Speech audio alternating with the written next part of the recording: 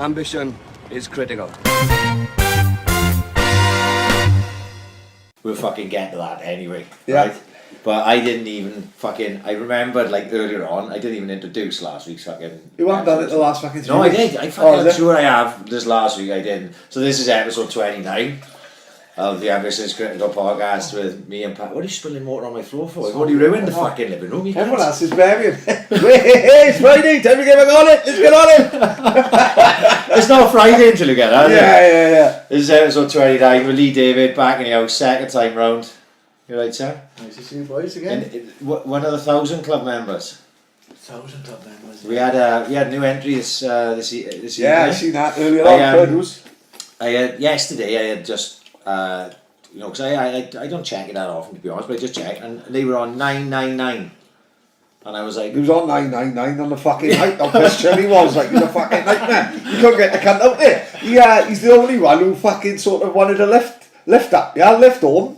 I picks him up in my house, he's telling me when to go and put hair in the cheeky cunt. Fucking hell, you know what I mean? I'm married to the Princess of Hotel. Did he know that? And he's telling me how to go up Wall Street. Fucking cheeky bastard. Fucking giving me directions. Fucking hell. So it rolled over 1,000 this evening, so fucking well done to those boys, because literally one of the most infamous of the fucking podcast. Oh fuck yeah. Do you know what I mean? It's one fucking people. I don't think the Turk are quite recovered. No. That's why he went into a meltdown. He only come back on Instagram this week. A photo of his scooter with his dog saying, "I'm back, am I right?"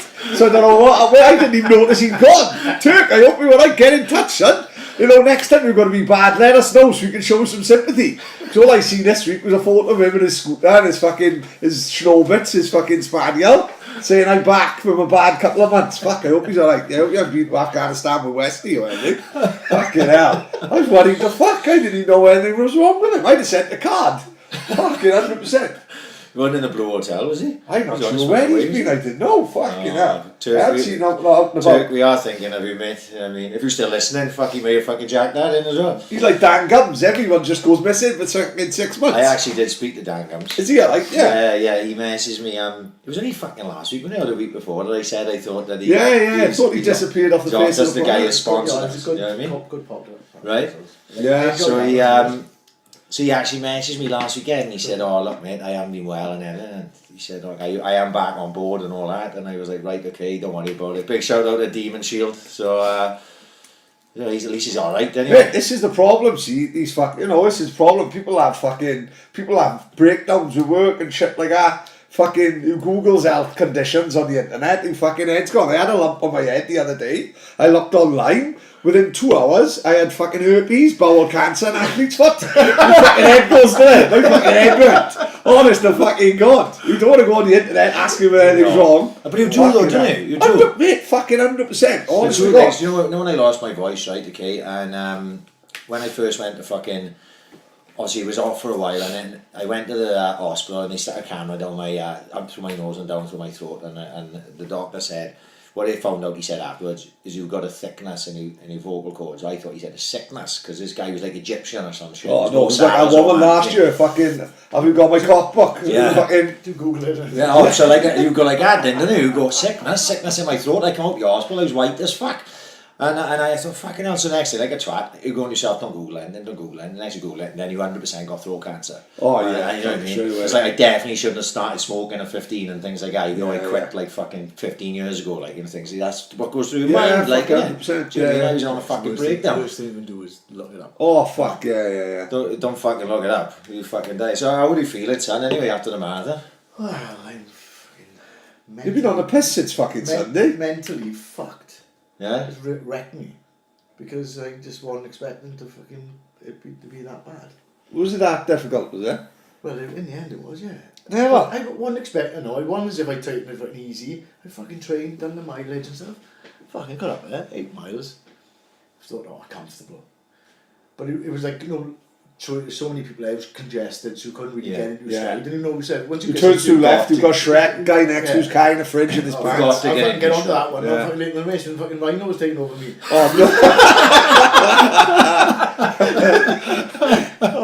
It was funny you should say a slow animal over top of you. I'm having murders in my... Donna's not... Right, 3 people in my family I've got, right? All 3 are ignoring me at the minute. My old man's fucking ignoring me. He's tamping because I stepped on his canary and killed him. Right? He started How leaving... the fuck do you... Because he started leaving his canary out in the living room. Right. But he didn't tell me this, right? So... He's fucking gone mad. We fucking Teddy had to have a funeral for it yesterday, right? We buried it in the garden next to my mother's ashes. He leaves his canary out in the house, but he don't fucking tell me, and his canary don't stay high, he goes fucking low. So I got in on the fucking sly when I knew my mum was out, because I knew he bought tiger bread and ham. So I went in his house after work for a fucking sandwich. Read the kitchen, like. And raid his copper pot, see if there's any £5 coins there fucking to go get petrol. And he'd fucking left the canary out, and I heard a little croak, and it was fucking Alfie then was fucking staring up at me, fucking looking at me, well, dead as a fucking doornail as it happens. Fucking my man's gone mad with me. He thinks I done it deliberately. Because fucking, he thinks, I think his head's gone, he's going to leave all his fucking money in his will, his canary. Yeah. So he's fucking ignored me. Tilly's blanking me because she had to have glasses, right?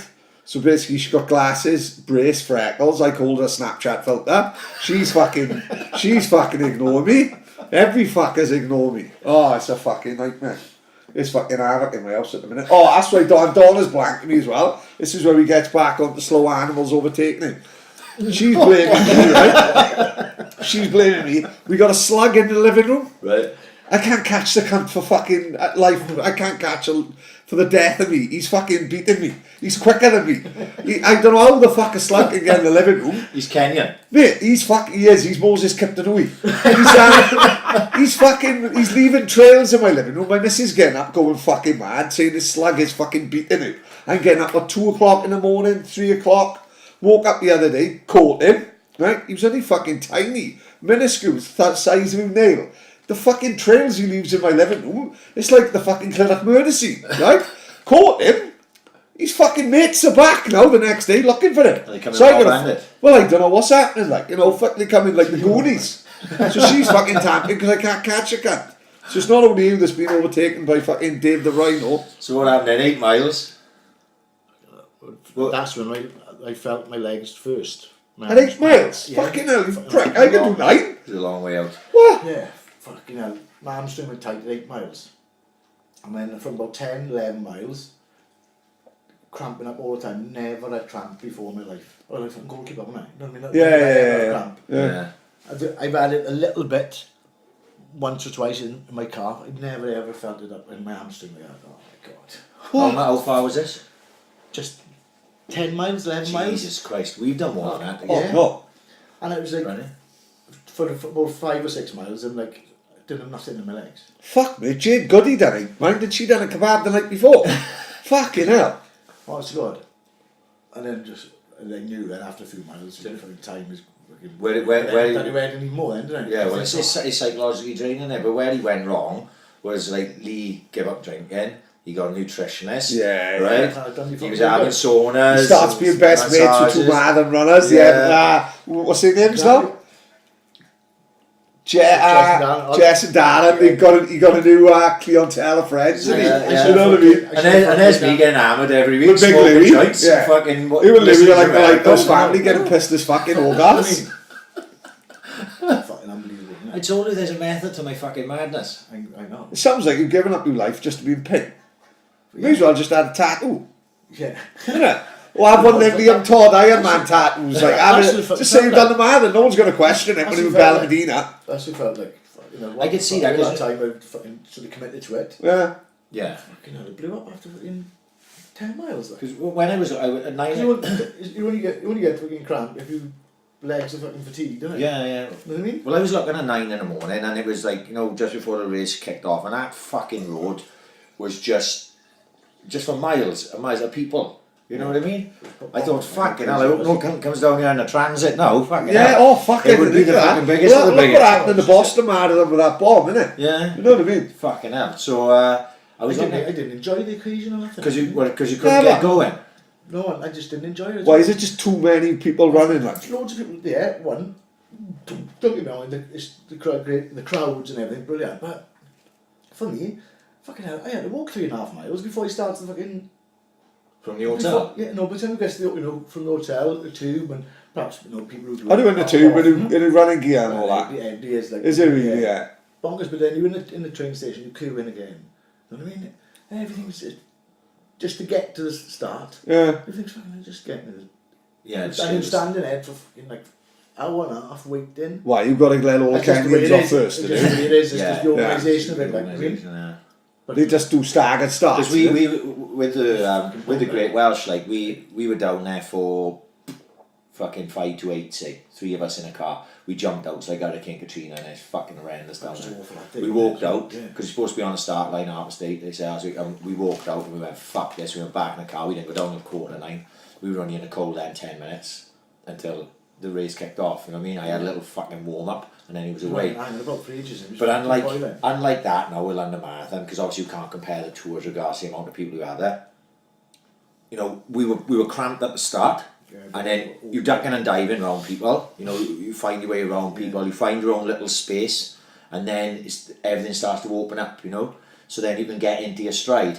But if you're stuck there for 8 miles running at someone else's pace because you've got nowhere else to go, you want to go quicker. Fuck me. But you're better off telling them if your potential finish time is 4.5 hours, you're better off telling them 4 hours. You're better off being out. Yeah. Is that what he running at a did? quicker No. pace.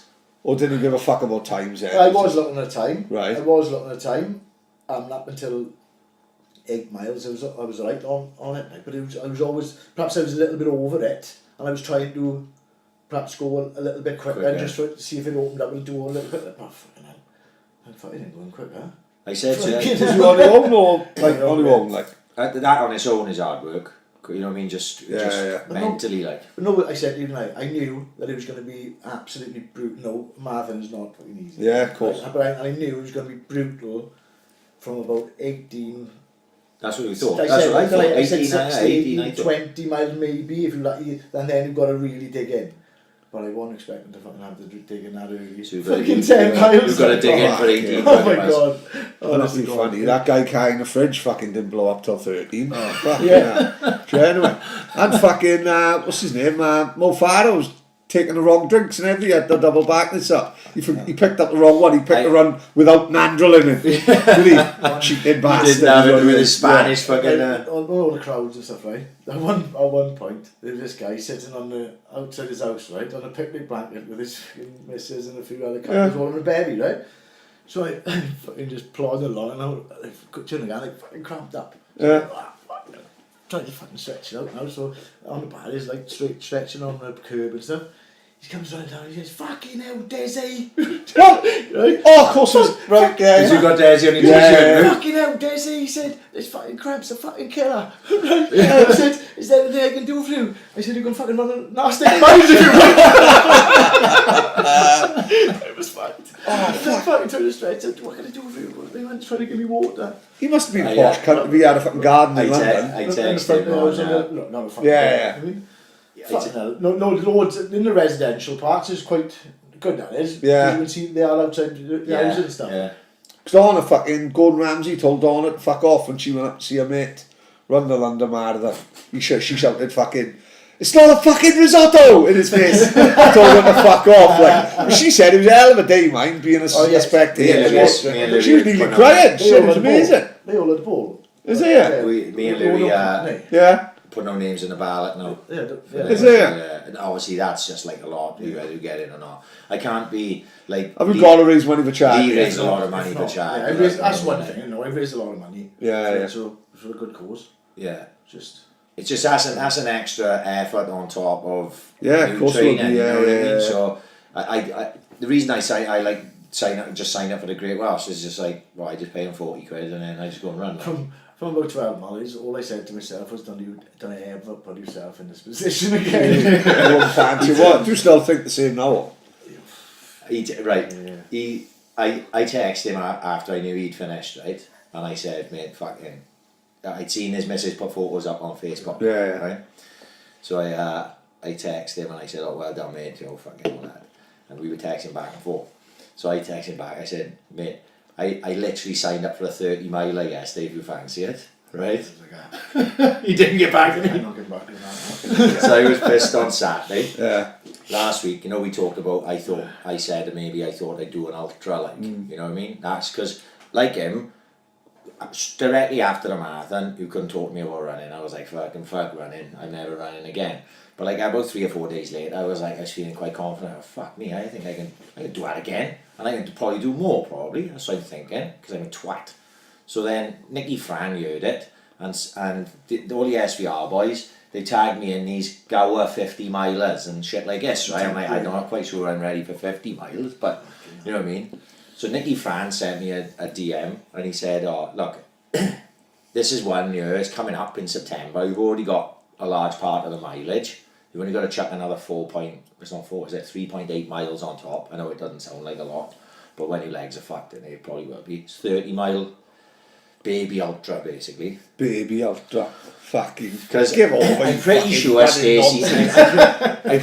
Stacey said when he was here, because it's such a long time ago now, I can't remember, but Stacey said that they don't class it really as an ultramarathon. Oh, fuck off, Stacey, you fucking busy running cunt. So fucking hell. I was like, That's the one who done Stacey done 103, yeah. I remember listening to that podcast and thinking, fucking. yeah, he's a maniac. Fair play. So I was like, I don't even know so more now. Nicky sent me that, he puts the idea in my head, didn't he? So then I was here, we had a big barbecue Saturday and everything, house full of fucking people, and I don't know why, he just came across me and I went, I should sign up for that now. And I literally pissed as fuck there, signed up for this fucking 30 miler. So that's September 1st. Oh, plenty of time, man. It's like we got fucking 3 gentlemen's evenings and a button strip in between that. That's You know what I literally, mean? don't worry, I'll be fucking strolling through it. No, that is my training. Yeah, it's fucking piece of piss, man. But I say like with the running now, because I'm not doing fuck all else. I've been running for 3 years basically, and I haven't enjoyed a fucking minute of it, pretty much. Every time I go out running, I go running again, and then I go running again. So I'm gonna have to have a fucking complete change of mindset from that one, because I'm not doing fuck all else. So like I'm gonna have to try and enjoy myself from that one. So what I'm gonna do is just sign up for loads of races, because I enjoy the races. Like even if they 10Ks, half marathons, full marathons even, I don't mind, because I'd rather do them than do training runs. The training runs when you're on your own, 20 miles, you'll tell yourself, solitary as fuck, your legs are tired and everything, you just want to jump into the fucking sea. They're boring, like, they're hard going. But the runs, the races I've run, I've enjoyed. You know what I mean? Even the last 5 miles, they sucked ass on a fucking marathon. But, you know, it was worth it in the end, like, it was genuinely worth it. So I think I'm just going to, I've signed up for 2, I signed up for 2 last week. I signed up for the 30 miler, and me and Leigh signed up for the Cardiff half, which you were going to do as well, isn't it? I've signed up for that. Yeah. So there we are, we're all going on a piss in Cardiff then afterwards. Come on, I'll be in Miller and Carter, I will. Well, no, don't go to Miller Carter early, because that's where we're going after. That's where we go. I'll go there twice, I'll have one in the morning, I'll tell them to stick it in the microwave like Donna's mother do with a Sunday dinner. If it's not hot enough, shove it in the micro. It's been hot enough every fucking week, you idiot. Fucking hell. I went the one down in Clay the other day. It's the first time I've been. Good. Oh, beautiful. Is it really? Yeah, everyone's mourning like fuck when they're first, but it's always going to be It's like always that going to when be like that. the first opens. Like, I've been to one, obviously the one in Cardiff. being the one in Cardiff is proper, tremendous. That was the first time I went to Yeah. Cardiff. Listen, anywhere that overtakes fucking Pizza Vesuvio's as my favourite fucking gaff of Scran is good with me, like, you know what I mean? Only days I ain't gonna go to Miller and Carter on a Tuesday night and fucking Daddy will soak me up with a score with fucking 6 pounds of pasta. You know what I mean? Miller or Carter don't really know me how well. You know, give it 3 weeks, I'll be up Calais on fucking pretending I'm a running nonce like all of it, and I'll be having fucking takeaways like. But at the minute, Pizza Vesuvio's is still my number one. You know what I mean? We've had to email Miller and Carter see if they want to come on a podcast. Yeah, fuck. So now we yeah, haven't been to Denny's yet. Oh, I haven't been to you haven't been to Denny's? Oh, fucking hell, man. I was talking to Leon on Champions League, like, Champions League. fuck it, don't talk, Fucking hell. mate, don't talk to me about that fucking game. Donna's brother, I cancelled Sky, right? On Donna's brother's advice, he said, I got this fucking thing. Have we got a fire stick? Yes, I got a fire stick. He said, I got a mate who can stick this thing on it. He said, he'll have every fucking game under the sun. Phones up Sky Sports. I said, no, you've been charging me 112 quid a month. They said, yeah. I said, when's my contract up? It was up 2 months ago. I said, fuck you, you Robin Rupert Murdoch cunts. Cancel my movies. cancel my sports and cancel the fucking Disney. Go and get fucked. I want S4C, BBC 3 and ITV2. That's all I fucking want. I had to phone him back up Thursday apologising to Sue from Swindon. Fucking saying sorry, is any chance I can have fucking Sky Sports back on? Fucking Devon. Cody, what the fuck is that all about? Mate, It was amateur hour, you are. it was all the games are all in lists. Like I had about 18 Liverpool versus Romas, right? Who puts it on? Black Panther come on. Not the fucking film, right? But even then, not the Black Panther. It's not the one that's in the pictures. It's one from 1968. Oh, mate, She's not even the proper Black you're Panther. messing with the Then answers, Donna comes in, has a fiddle round, finds the greatest showman, and Wolverine is fucking singing and dancing. What the fuck is that all about? I didn't see any of the game. Oh, fucking what? dumb my head. They were What a fucking game brilliant. will look like. I don't watch a lot of football now, but I watched a few games the last couple of weeks, and I really enjoyed them. Liverpool, Oh mate, fuck. Liverpool you are frightening going forward. Liverpool a couple of times. Man City, I didn't watch the Man City Swans. Oh, we'll get to that. We will For the Man fucking City get to Swans- those cunts. Man City Swans kicked off. Oh. I was fucking still running then. You hamstring done you a favour. That's why you fucking crammed up. No, that Liverpool match, they was a bit special the other night, didn't he? Why he took fucking Salah off? It could have been fucking 7. Well, I turned it off at 5-0. I was Yeah. fucking knackered. I went, fuck me, it's only going to be a couple more. I'll turn this off. It was a couple more, but not Yeah, fucking it Liverpool. was like almost, don't get me wrong, I don't think they'll do the Barcelona again. Simply can lightning strike twice, I don't know. I think Liverpool will score out there, but It's just- fucking hell. 5-0. I think Do you know? Do it, yeah? I think Do you know his he'll first- score, won't he? Liverpool Huh? will score. You That's think what he'll he score. think. You Yeah, think that's what he'll he think, score. yeah. His first goal was quality, but it's like, if you want to critique it, you go, why ain't he closing the cunt down? Everyone knows Yeah, he's yeah. going to Everyone knows he's going to cut in on his left foot and Yeah. stick it in the But top. you know why I loved the second goal even more, right?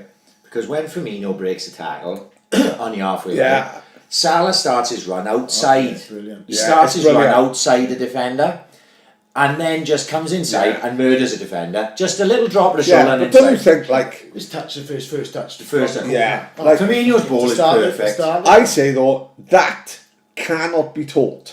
No, That no. is Natural instinctive. instinct, yeah. That is elite level fucking footballer. Like, Thinking. just by, in a split sec, and like I seen a video on Twitter that broke it down, showing him dropping the shoulder. Back, yeah. But in that split second, that can't be taught, can it? No. You know what I mean? Because in like a millisecond of movement, I've sent the defender the wrong Oh, way. he's right. He's still running at it. Yeah, isn't he? it's that's like elite level in it. You know, can't Just be tremendous. taught. Like, you know. And then the finish, like, because you always talk, put your laces through it, innit? And if He I just- had ball and yeah. be rolling across me, well, he's left-footed, like, but you would have just thought, smash it. Because as long as you keep it straight, you'll Yeah, probably yeah, beat yeah. the keeper because Yeah. he would cut his out. But just to lift it, and when he first lifted it, I thought he hadn't given enough. Because it was touch and go. But it was yeah, like, yeah. it's just kept... Teased the it just- defender, oh, didn't it? It Yeah. was fucking brilliant. It was absolutely brilliant. No, he's like he's waiting for the keeper. As soon as the keeper, Yeah, But he knows as soon as the keeper's gone, that's when he can just clip it. Do you think there's a chance he could fucking nick, the Ballon d'Or? He's not going to beat them, will he? But his record this year is better than the both of them. yeah, that's what I mean. You can't. Don't get me wrong. He might be a one season wonder. I fucking doubt in mind, but. You don't know what he's going to be like. These two have done it over 15 years. But if There's it's no- over- if it's just that's a what I mean. season, If if you're it's going just by, this season, if you're going by a year, then you've had as good a year as them. Well, surely, you know.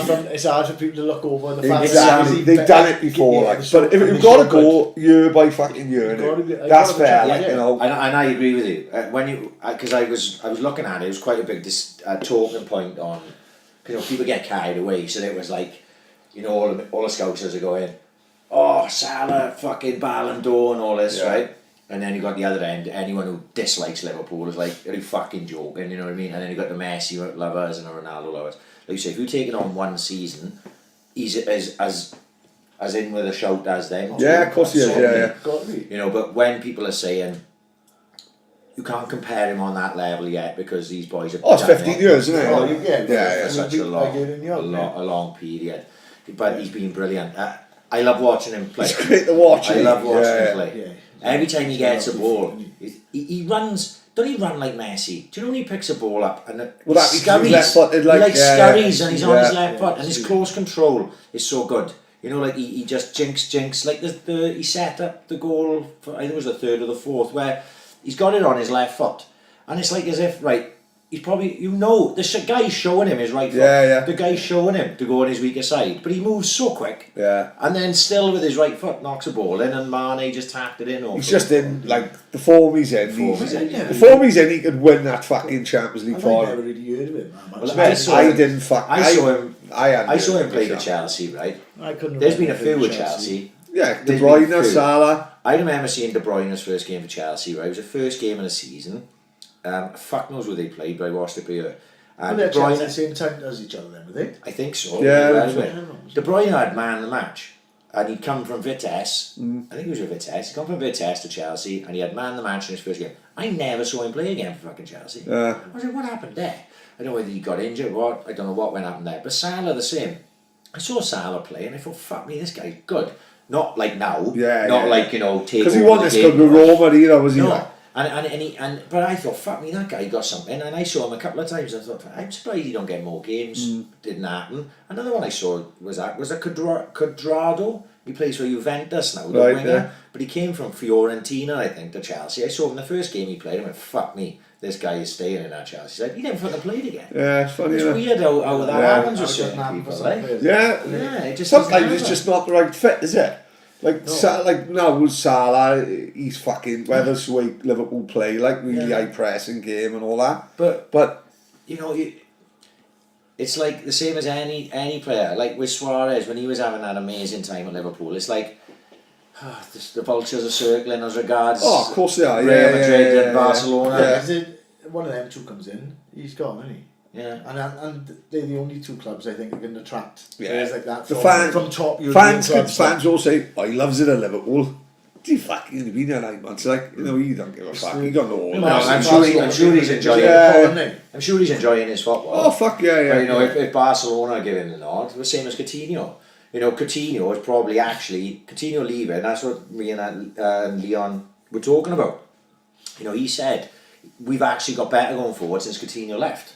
Yeah. Basically, because they're quicker going forward. Yeah. And at the time, that's what I said to Leon was, at the time, there's not a single Liverpool fan that wanted Coutinho to leave. No, fuck no. So hindsight's 2020, like, you know what I mean? You're down the line now, and he's left, and Salah, and Mane, and Firmino. I never rated Firmino. I was like, fuck me, he's likely to be in our side last year. Yeah. Now I'm thinking, fuck, he's integral to that side. The amount of work he puts in, and just, he's honest. What I mean is he's honestly putting in the work for the team. Like, you know what I mean? It's not as if he wants to score 50 goals a season. He's happy to fucking probably lay him off and bring him in, and the three of them are playing together. Like I said, I'm not the biggest Liverpool fan in the world, but fuck me, they are good to watch at the minute. Like, Just go to show little losing Coutinho has been talked about. Oh no, not this really. Because they've just kind of without him. Fuck the attacking footballers still been there. Like, of talked about it once. Like. No. They're a couple of players away from challenging City, because when you need a centre half, good solid keeper.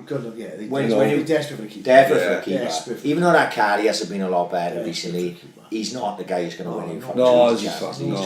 And Lovren has still got too many mistakes. Yeah, I agree. They need centre half. They probably need. I tell you where they dropped the clanger. They was banging Christian Eriksen, when he was with Ajax, like massive rumours about him going to Liverpool, and then Tottenham come from nowhere then and stole him. But if Eriksen was in our Liverpool side now, they'd be unbelievable. Like, that could be the fucking difference between winning a title or not. Like, it's sort of I like Milner. He's good, honest pro. I'm not fussed on Henderson. I never have been really. Chan is out of contract. He could go anywhere. And all the top sides, they all got a couple of Hendersons and Milner. Yeah, of course you have. Yeah. And them type of players now, they'll stay around like the top clubs for like a good core. Of course you have. Because they know they'll go in there and they'll get the job done. You could play Milner. I genuinely think you could play Milner any position on the pitch. You Yeah, probably he'd play be- him in goals, he'd do a Yeah. fucking job. He'd be like guaranteed, wouldn't he? Just Yeah. 7 out of 10, and Yeah. He's Yeah. just you play him left back, right back. You can probably play centre half as long as you're doing well to win balls in the air. You Yeah. can play in the centre midfield. I thought he was awesome against Roma. Yeah, and quality. goes unnoticed because Salah and Mane and Firmino Are running are doing riot. so much fucking good work. People like Milner go under the radar. Imagine him to be a model pro as well. Oh, fuck yeah. Well, that's what's needed. And that's what Yeah, people you want. don't see him in the papers like fucking coked out to his nut and all this and fucking getting strippers back to his hotel room and all that. But boring. Don't get me wrong, we don't want to go wrong with him. Yeah, no, we're not going on a piss with him. No, Like. far from it. You know what I mean? He ain't signed of a sink. He ain't signed of a sinks anytime soon. You know what I mean? But you know, he's a good player. Like, Yeah, nice. Yeah, he's definitely not signing for the fucking seats. no, fuck that. But yeah, no, I fucking enjoyed that. But what I worry now is I was looking at today is like Liverpool are search for top 4.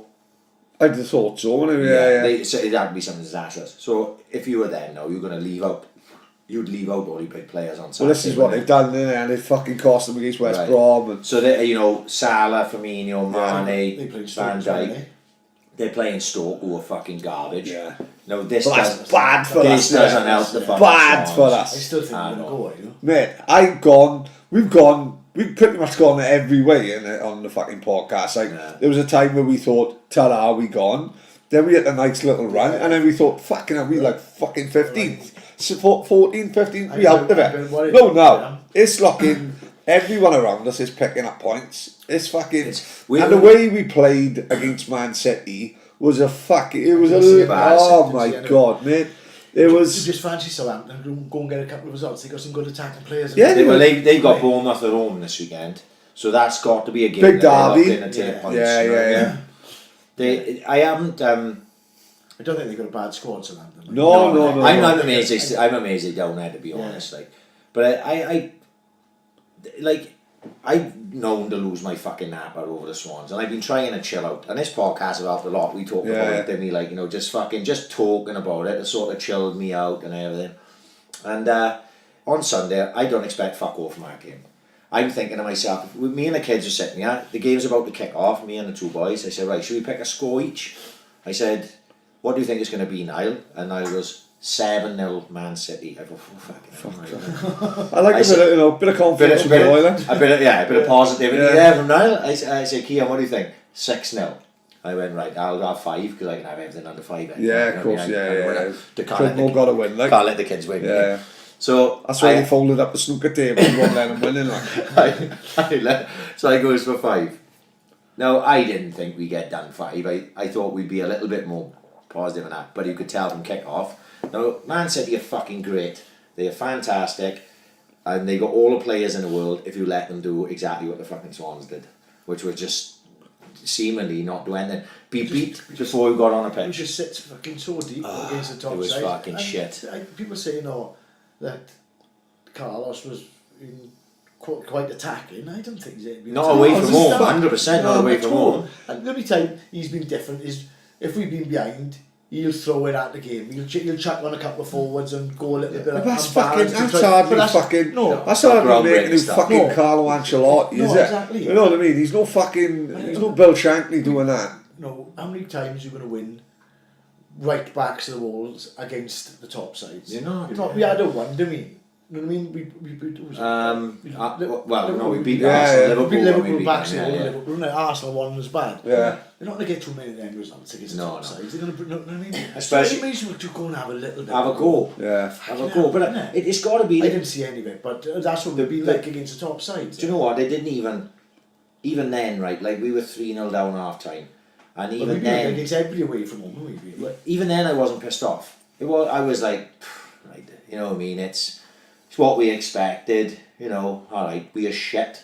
This is fucking garbage to watch, yet again. It's like watching a training session where you play attack on defence.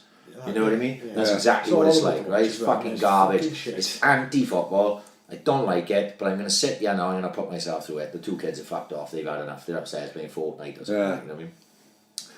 Doing a floss, like. And so I'm sitting there now, and then I don't know when was the penalty 4 or was it 5? 4, I think. Right. This is when I flip my lid. And I haven't flipped my lid for a while, right? And I mean fucking literally out of my seat flip my lid, right? My napper went. Because they get the penalty, it's a penalty, right? Fernandez, a yard too slow, dives in, whatever, gives it away, there's no problems there. Fabianski shouldn't be making world-class fucking penalty saves, right? And then there's not a fucking defender anywhere near Bernardo Silva tapping the ball in the empty net. That's why I lost my fucking napper. That's right? fucking standard. I lost my fucking... laziness, I just fucking lost it. all, There's no desire. There's no fucking desire, and that's what drives you on the fucking bend. You're not like we're not paying a cunts enough money that they can't go and chase a fucking ball down. If not for nobody else's sake, if not for my sake or your sake or Lee's sake or any other fucking fan's sake, for fucking Lucas Fabianski's sake. That's his teammate. That's your fucking teammate. You should be living and dying for that fucking guy, and you're not fucking doing it because you're a tired cunt, Martin Olsen, or fucking whoever else was on that fucking side. They didn't put it in, right? Done my fucking napper in. I lost it. I'm fucking losing it again. That's the second time a season that happened because he done the fucking same thing against Everton. He saved the penalty at Goodison Park, and they fucking scored from a rebound. But that was actually right on half time. But it was actually not as bad. They did have players that at least made half a fucking attempt at it. No cunt made any attempt at it. Bernardo Silva has a fucking tap in. And why should Fabianski come out here week in, week out, right, and be the best player on a pitch that we fucking got, right, breaking his fucking, back for the fucking team, and his players around him are not prepared to do the same fucking thing. It must be frustrating. Last year when Sigurdsson left, I wasn't resentful that Sigurdsson left, because I said previous to that, I said, he's been carrying us for fucking 2 seasons, right? And people give him shit because it all dragged on. They call him a greedy cunt because he didn't go on a tour and all this and that. And I can sort of get that. But at the end of the day, the fucking guy deserved better. And Fabianski's at that point. He deserves fucking better than this fucking bunch of pricks that he's surrounded by. And if someone comes in from him in the summer, and Liverpool should be the first fucking side that comes in for him as far as I'm concerned, because he's better than Karius. You could put Karius and fucking Llanelli in goals and he's better than the two of them. The only thing about him, he's not this fucking Hollywood big no, keeper, he's not. which No, goes he's not. against him. Like. He's not. It's probably his weakest part of his game is his distribution. And if you're going to play the Yeah, top 4, they all if love you're going to that play the now. top 4, You're telling me, you're telling me top Karius and Llanelli are better distributors of the ball than Fabianski? They're not. They're not. That's bollocks. All that shit is bollocks. That Ederson I'm not saying that, but but Liverpool are desperate for keepers. No? Yeah. I think Liverpool's standard of keeper, their mind, is very poor for the Premier League. Poor. For when you think of what Liverpool are pushing for.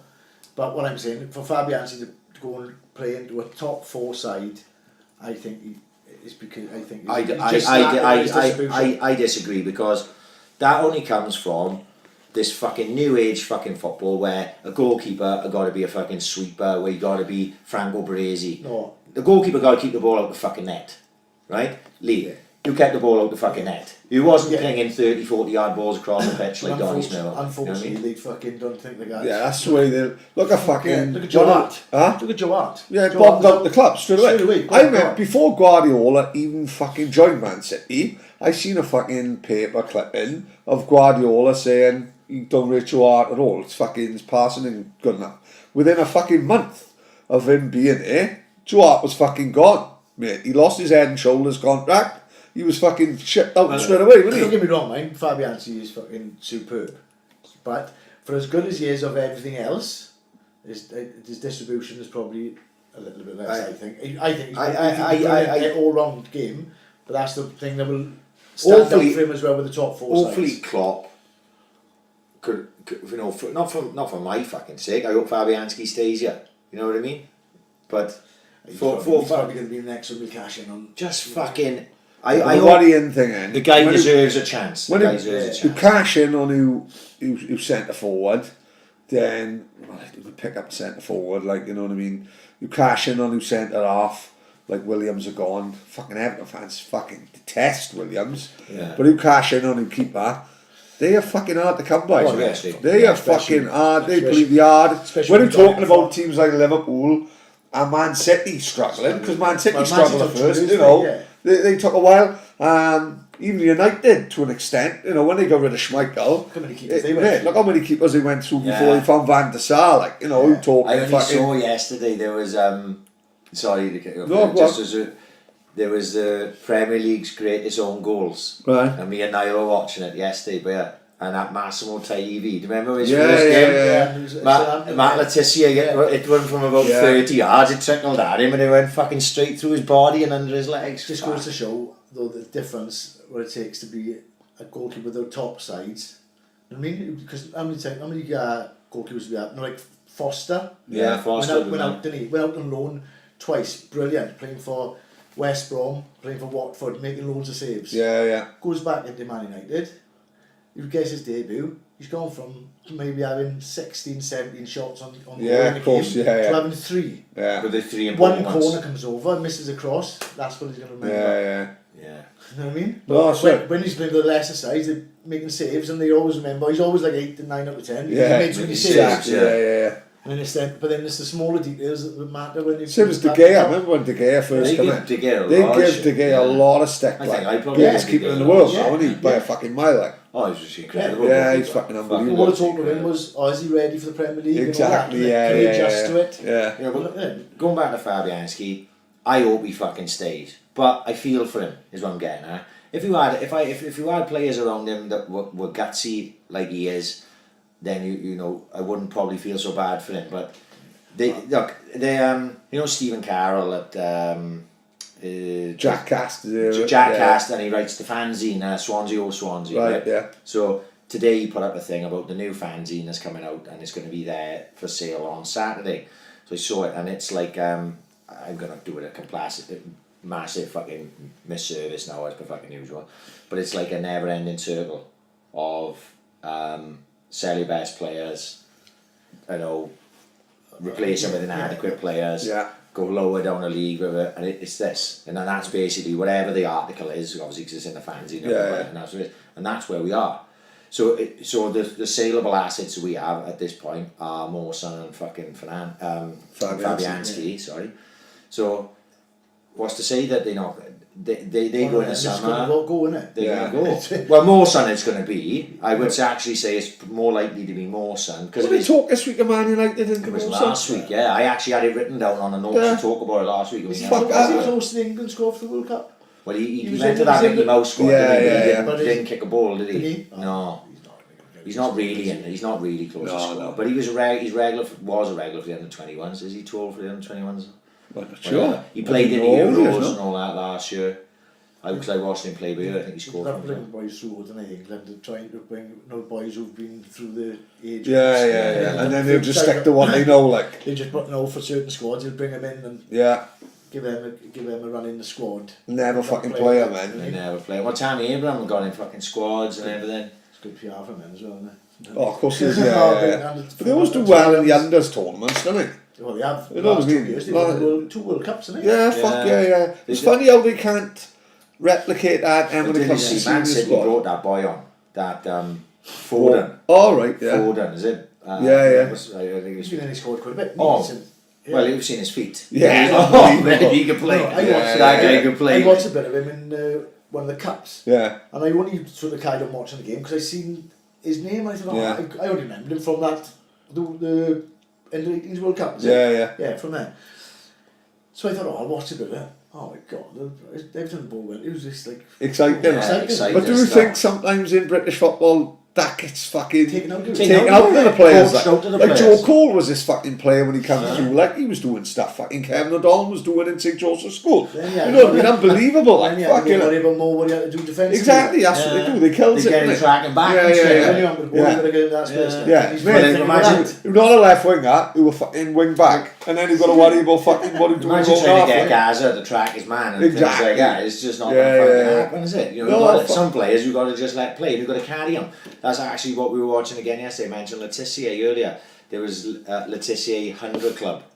He scored 100 Premier League goals. Oh, bang on, like. Bang on Yeah. 100. His last goal was His his last 100th game. in the last Yeah. game at the Dell, right? Yeah. Fucking Written in the right. stars, isn't it? Right, and it was a Absolutely cracker. written. It I've never dropped- seen him. He's fatter than me, isn't Yeah. he? There's no running marathons for a Letizia. No, he dropped down, left foot, half volley, Yeah. fucking top corner. Couldn't have been fucking written any better. Yeah, yeah. I love Letizia. Oh, amazing. Remember that? He played in like at the time they had like an England B side, Yeah. and just before one of the World Cups, Scored 4, didn't he, England B played Italy B, That's right, and he scored 4, Yeah. and he still didn't fucking pick him. Like, No. who they pick instead? Yeah, I know. Probably fucking Ray Parlour, something like that. Like, But Ray Parlour was a good grafter.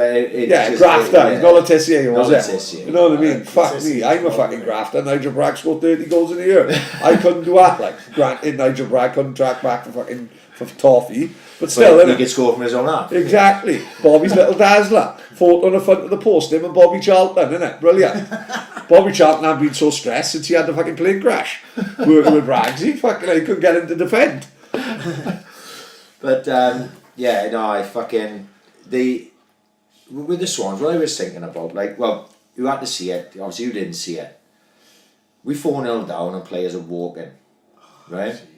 Now, you know what I mean is, Man City got the ball, and I know we 4-0 down. I know we're going to lose, but you were 10 yards from, let's say for argument's sake, Fernandinho's got the ball, and you're walking towards him, and and then obviously I'd lost my napper on the Fabianski thing. My head had gone completely, and I couldn't even blame it. Like, I was bevied or anything. I wasn't even drinking. I was just watching the game, and my fucking head had gone.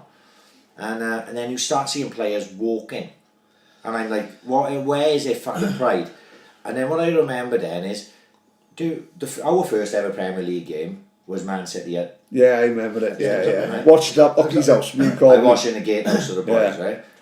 We lost 4-0. I remember Which it. is only Aguero's first game. Aguero's debut. Yeah. So that's only one more goal we conceded on Sunday, but you couldn't pick 2 more different apart performances. Well, if you from the remember, we Swans. was in the game, weren't we? we Didn't he bring don't Aguero really on? possession. He brought Aguero on. I was in the pub after that game, right? Me, Scott Martin, and Ricky Martin. Right? Yeah. Walks in the pub, stands with the bar. Was in my own fans only, but we was like staying in hotels. Oh, come on, there's only 3 of us. We had a drink, innit?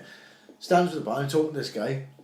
I said, that Aguero was pretty good, wasn't he? Like, having a conversation. He went, he's about 34 waist. I said, fucking hell, thank fuck we didn't play when he's 32. Yeah. He's He's outstanding. brilliant. Come on and change your game, didn't he? We lose 4-0 in that game, and we go out of it with our heads held high, shoulders up. People who've never seen Swansea City play before going, fuck me, Swansea can play some football, mate. Yeah, we had some possession and we looked after. Leon was getting on the ball. Fucking Tatey captained that fucking team, right? No way. Yeah. So this is what I'm thinking. I'm looking at it now, right? And I couldn't name that side player for player, but it was Vorm in goals. Because remember, Vorm had a great game. It was the first time I'd properly seen him, and he had a great game. And it was Monk and Williams, I believe, with Tate would have been. I would take Right captain before Monk then. Well, maybe Tate, maybe Monk. What didn't? Yeah, that's what you think. Whatever it was, but Leon Britton played. Well, who just named Scott Sinclair, right? Fucking who would have been up front? Danny Graham. Yeah. Right. So you're looking at our side now, and that team that come up gave us. Steve Dobie started this season. Right, you had the likes Mate, of. he was you had the great likes in of that Dobie. Reading game, wasn't he? Brilliant. Brilliant. In championship. He struggled in the Premier League. He could pin a pass through a defence. He could just kill people with passes. Just didn't come off from it. Didn't come off from the Yeah, but sometimes you've got that, like they say, levels in it, you know, in a championship. Don't forget, you got Blackpool up as well, man. He went back to Blackpool. You've got them up as well. Yeah. What I'm getting at is, think about coming up from the Premier League and what we were paying those boys, right? And now what we paying these pricks, right? You're paying more now for less. You're paying more. You're paying players more now, and they're giving you fucking less than those boys that come up from the championship. That's not right. Where did it all go wrong? Like, there's a massive regression in fucking quality, and there's definitely a massive regression in fucking art and guts. Leon Britton can't get on a fucking pitch. No, I'm not saying Leon's a fucking answer. Like, I see that a lot on Twitter, people saying, get Leon back on the side and this and that. Fuck me, he can't be worse than what we got. Well, we still struggle to put 5 passes together now, do we? Oh, we can't hold the ball. No, even when we used to play the top sides, we'd have a way of keeping the ball. Yeah. We'd have like a pattern of play where we could always keep the ball. We would have possession. Struggle in the final third, one create match. Final third. So we knew we knew we'd probably stay in the game for a bit, be 1-0 down, we'd still in the shout, still passing it. But then against the top sides we get caught then, pushing men forward. But at least we had a bit of a go. No. Like the Arsenal 3-2, the Arsenal 2-1 up there. You know, you get results like that. Because we could keep keep the fucking No, ball. they were playing on a level, like, I no, we're not big for stats, we like, but at half time, possession would be Swans fucking 65, Arsenal fucking 40, and then at least you going and saying, we well in it, we fucking still well in it. Even doing stuff, that made it, as a fan, that made it proud, didn't it? Yeah, Swansea owner and all that. What fucking style of play we got now? We've got no There is no style, there is no style of play. There's literally no style of fucking Saturday, what was the last home game ever done? Yeah. I sat there with my missus and I said, do you know what? I fucking don't like some of our players. And I was saying that about the Swans is Swans our team, we supported them since kids, like. And I'm looking at them now thinking, I don't fucking like a couple of these. Andre Ayew does my fucking head in. Right. I hated him last time, he's a fucking selfish prick in my eyes. Last time, if you'd always watch him, he'd fucking, on his own, he'd celebrate. You know, going on his own. If somebody else scores, watch him now, he won't fucking celebrate. No, like Kevin Donald did to Ryan for Llanelli. Oh, he does the same thing with his fucking arms. Fucking hell. Everything you hate about fucking modern football, like. Oh, yeah, he is. Yeah. Just fuck mate, you should be jumping for the rafters anytime anyone scores. What do we 20 million we paid for him, or whatever it is, works out with probably they owe us anyway. Once in the second half, he's got to just put it onto your right foot and just have a shot. It was there, wasn't it? You know what I want? Yeah, it was there. No, somebody who's worth 20 million, just have a go, innit? Yeah. And he's like trying to shift it back on his left foot. And, like, fucking hell, I can't take it. I can't. But where's it gonna go though? Do you think? Well, this is it's Sunderland fucking due to get relegated. Did they get relegated? They got right. I was going to say about it. Like, I feel for Coleman, right? All the work Coleman did for the Welsh fucking team now has gone up. Like, basically, yet again, he's been found out as a fucking club manager. Well, I think, I don't. It's not that I disagree. It's like he put himself in a shit. I can't understand why you pick that. Exactly. Job, you know what I mean? Yeah, he must have had more offers than that. Must have. I know we're on about fucking modern football. A prime example is the Sunderland thing. Jack Rodwell, right? Jack Rodwell. It's Sunderland's fault. They're not a very well run club. Like, I don't think the problem with Sunderland is the manager. I think the problem with Sunderland is the club. Like, they didn't put a clause in Jack Rodwell's contract. Right? 70 grand a week he's on. Yeah. He refused to rip up his contract. He'd rather just sit in the stand and earn 70 grand a week. Next year now, his salary goes down to 43 grand. But this is in a league. This is in a league with the average players on 2.5. Yeah. So this is what's wrong. You know, so Sunderland now, a fact, they can't get rid of him. Jack Rodwell is more than happy. Can you remember when Jack Rodwell first came along? Yeah. He was the fucking new Gaza. You know, he was, oh my God, what a footballer. Yeah. Goes to Man City. Now this guy is happy sitting in League One on the bench as long as he gets his 43 grand. Now, what the fuck is... It's a complete disconnect. Oh. It's disconnect from players to management, players amongst themselves, players to the fans. You don't look at them like... And think, are they one of us anymore? Oh, fuck, I mean? Not one of them. You, especially when Leon Britton joins Llanelli next year. Oh. Fucking hell, because they are our second side. Well, I can see going into first side. On that note, well done to Willow. Well done, amazing. They are our second side, isn't it? Yeah. It goes, at the minute, it goes Saints Llanelli, Swans. You know what I mean? That's the way it's going. Where would they be if I wasn't propping them up in '98? You know what I mean? I know Trundle and all them are getting all applauded. But where would they have been if I hadn't scored against Pontardawe? You know what I mean? That cup game, fucking hell, they already would have been down the pan by now. But it is good to see loads of Swansea boys fucking, you know, especially when I gate crash the party they have in the Optimist, there's going to be murder. I think I'll end up doing a half-hour set. I literally just before you two turned up, I was. Because obviously they won the league and I'm going, well, they're in the FEW now, in the League of Wales next year, or whatever it's called now. Yeah, they licensed them today. Right, yeah, so I didn't realise that they had to go to some sort of board meeting and tribunal to get up. You know, I remember when I was... You get audited for a licence and you've got to pass all the criteria. And I think it was one thing that they sort of question mark with, but I think you've got to ask them in. They probably said, we can prove it or something like that. 7 days or whatever. When I was there, and I was in the first team at the end of the time I was in the youth team, we were up there. There was 3 teams up there, and my memory just about one of them was Tom Pendra, I can't remember who the other team was, but whatever the team won the league was, they couldn't get promoted because they didn't have the ground, yeah. right? Yeah. And obviously Stable was outstanding. Stable was fine for it. So they whatever team it was, this I'd just say for the sake of argument, it was Tom Pendra. They come first, and I think we come second. They couldn't even go up, so like nobody gets promoted from Tom Pendra done it for a long time. And I They don't thought choose to go up. I played in a game against Tom Pendra. I think Tom Pendra fucking shithole, and it was a tough old game. We lost it as well, and they that's what I thought it was, and I was thinking because I'm going back like fucking 20 years now. I'm going. You can't tell me Stable can't be in league. That's what I was thinking to myself. I didn't realise that it's they give the like 6 points of there's a criteria of being a tier 1 club, and it's not just about ground, which obviously ground is one of them, or facilities, which Stable have got. You know what I mean? But it was finances and there was all like you've got to get a card. You've got to have a proof of academy. Yeah, there's also. But you're saying that even if they lost their licence, right? I'm old fashioned. I don't give a fuck. They've won that league fair and square. You know, no, they've won that league. even if they said Paddy turns up in the FAW meeting. Boys, I said he can go up. At the end of the day, even if they said you're not coming up, they've won the fucking league and deservedly so. Like they're in the League Cup final as well. So I think I'm going to go up to watch. They'll do a double. I think. I think they played against that Trevelyan, which is a bit of a link with Trundle because Trundle plays for the Trevelyan veterans, didn't he? You know what I mean? Yeah. So what date is that?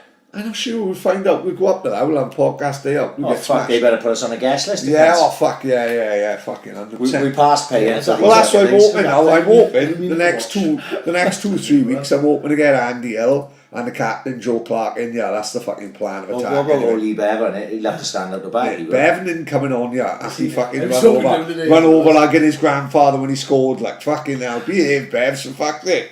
You know what I mean? That's more nonsense than that guy in a royal wedding the other day holding a baby in a Union Jack suit. Didn't you see him? Do you see him outside? That was ridiculous. Do you see that? No, they had a fucking royal baby. There was a fucking man in a full Union Jack suit, like Frank Maloney. Right. And look what happened with him, right? And there's this fucking guy, right, in a full Union Jack suit with a fucking baby, like a Cabbage Patch doll, holding a baby, crying in excitement at a royal baby. Mate, no offence, mate, you may as well stick a fucking big huge fucking sign above your head, come and fucking raid my house and look at my computer. Because I guarantee you, right? That wasn't even his baby. Mate, I guarantee you, I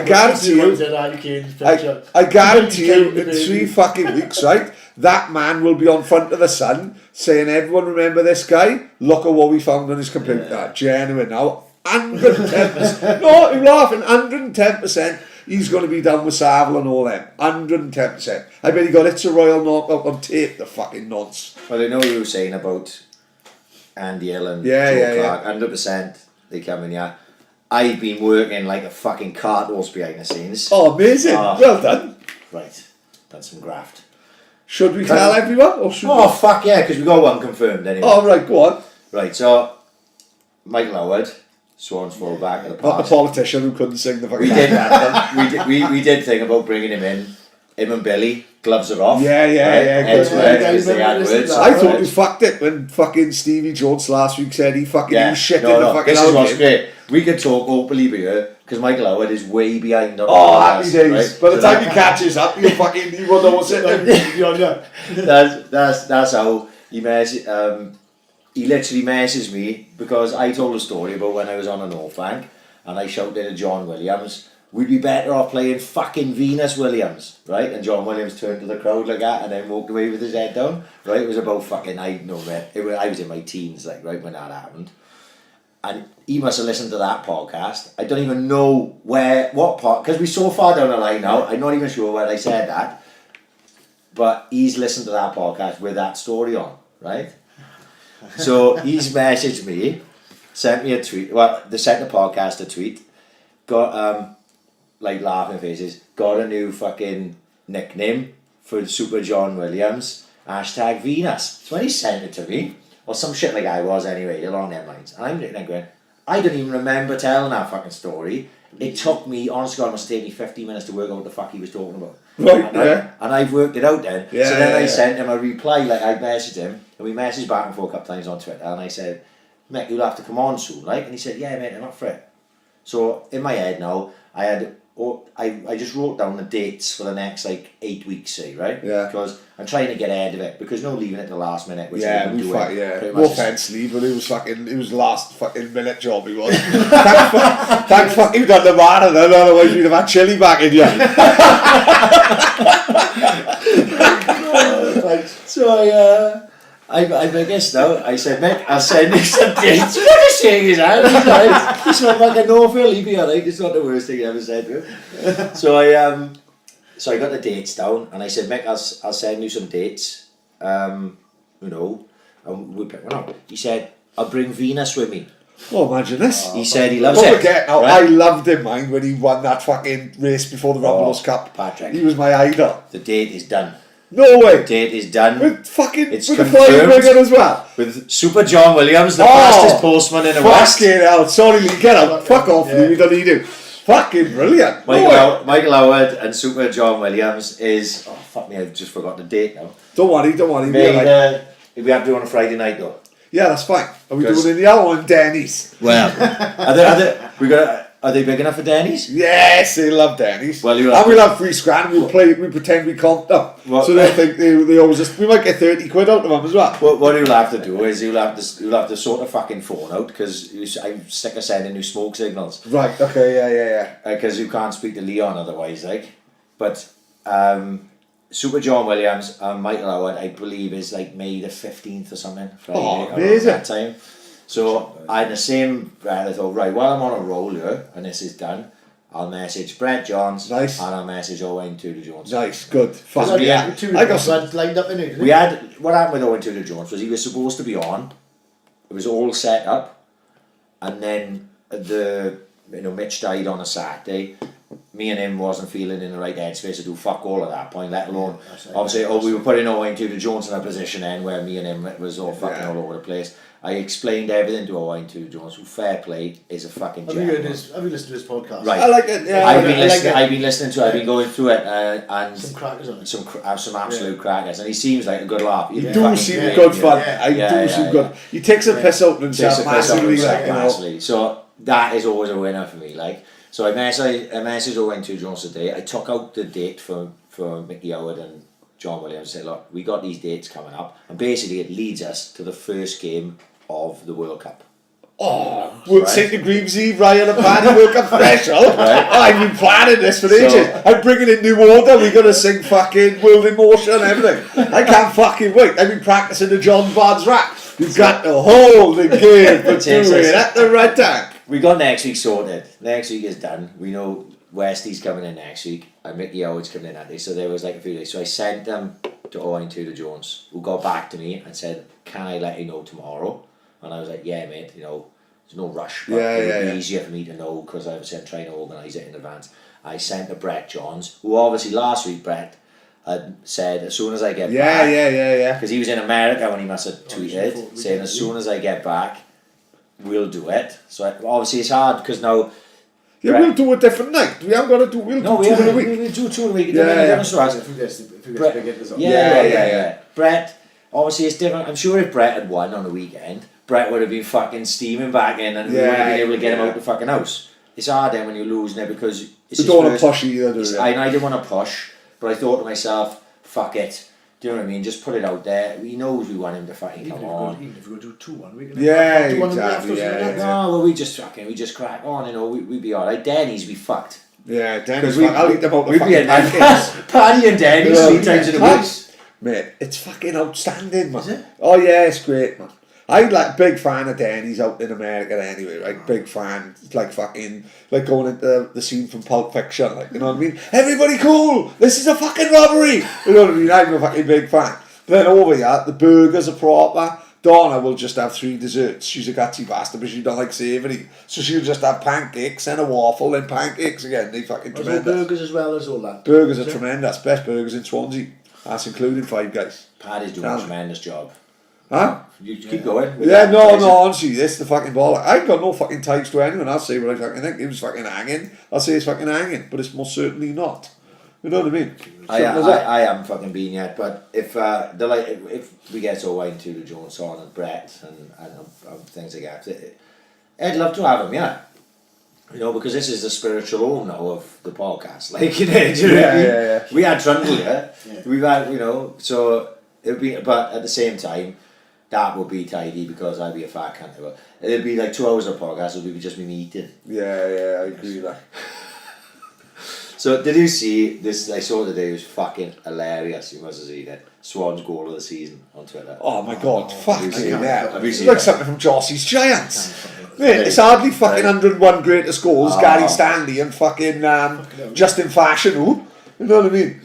Honest to fuck. Right. It shows how shit our fucking season had been, right?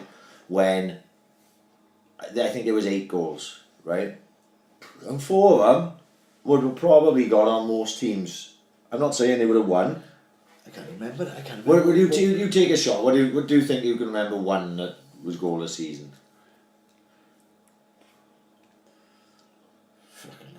Have you seen it, Paddy? Have you? I seen it on Twitter, but I didn't. You didn't click on the didn't video. click on it, No. right. I'll tell you the ones that I believe were genuine contenders for goals of the season. Decent goals Right. scored. AU against Wolves, where he beat about fucking 5 players in the back across the box. Yeah.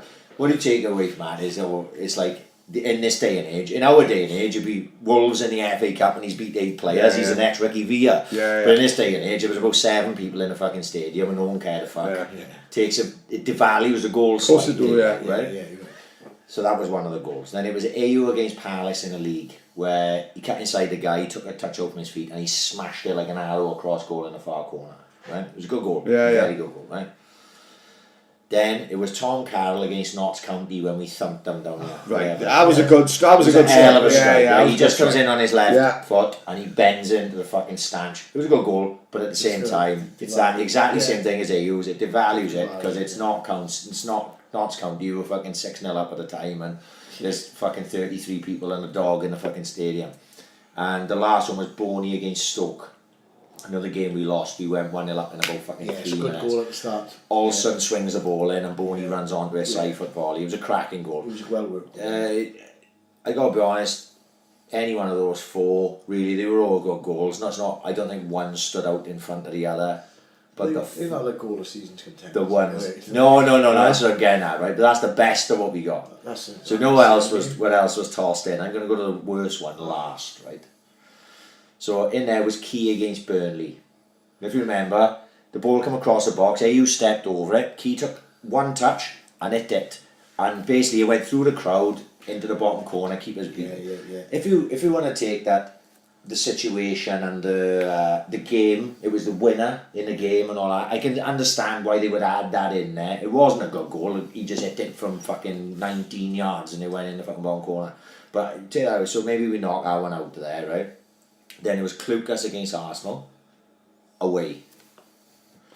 Tammy Abraham got the ball at his feet. He turned. Right, yeah, he played a great ball. The Tammy Abraham ball is a fantastic. That's ball. the one I was thinking. Yeah, Right. he played outside of his Yeah, it was a great ball. But Klukas that's got winning it for the ball, really, not the goal. Klukas puts the ball basically through Czech's Yeah. legs. I think it was Czech. Yeah. Anyway, through his legs to score. It wasn't like he dinked it over him or fucking lashed it into a stanch or anything like that. None of them excited. No, that was exciting. There was maybe one more, right? But the worst of the fucking lot. You're not gonna believe this when I tell you, right? Because this is how I found out about it. Because I was busy as fucking work today, so I wasn't really trying to be on Twitter. But this is what I got tagged in. It was AU's against Palace. Can you remember that goal? Away. I could just look. I wish now that people listening to this could have just seen the look on Lee's face. It fucking deflected off him. Yeah. The keeper kicked it out then. Yeah. Oh my fucking god, it's no goal to see. So was that even on the list? Can you remember it? Imagine how bad they are, the ones that are not on Let there. me just That's fucking in the top 8. Imagine the bottom 16. You know what I mean? Fucking hell, what's that just describe it, right? Goals to season. The ball is played from the centre half who had a mare because he lost Abraham for the first goal. I don't know whether it was McCarthy or Dan or one of them fuckers.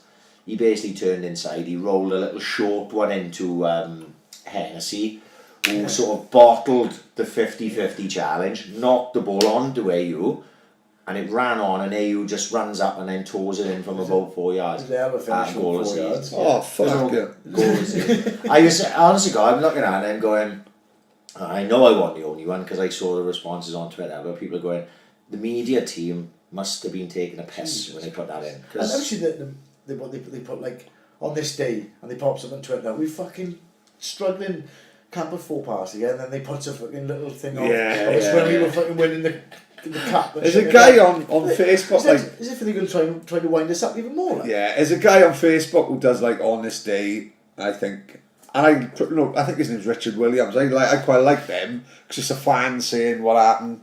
But like as you said, the Swans dropped some clangers. I will say, I will give the Swans a little bit of credit this week. Fucking Donna's uncle, terminally ill, and the Swans heard about it somehow. I don't know whether one of the boys he got 7 sons, massive Swans fan. Fucking story goes, he fucking when the Swans was in fucking dire straits financially. Yeah. Right, you know what I mean? On the verge Petty, of going. is it? Yeah, Petty time.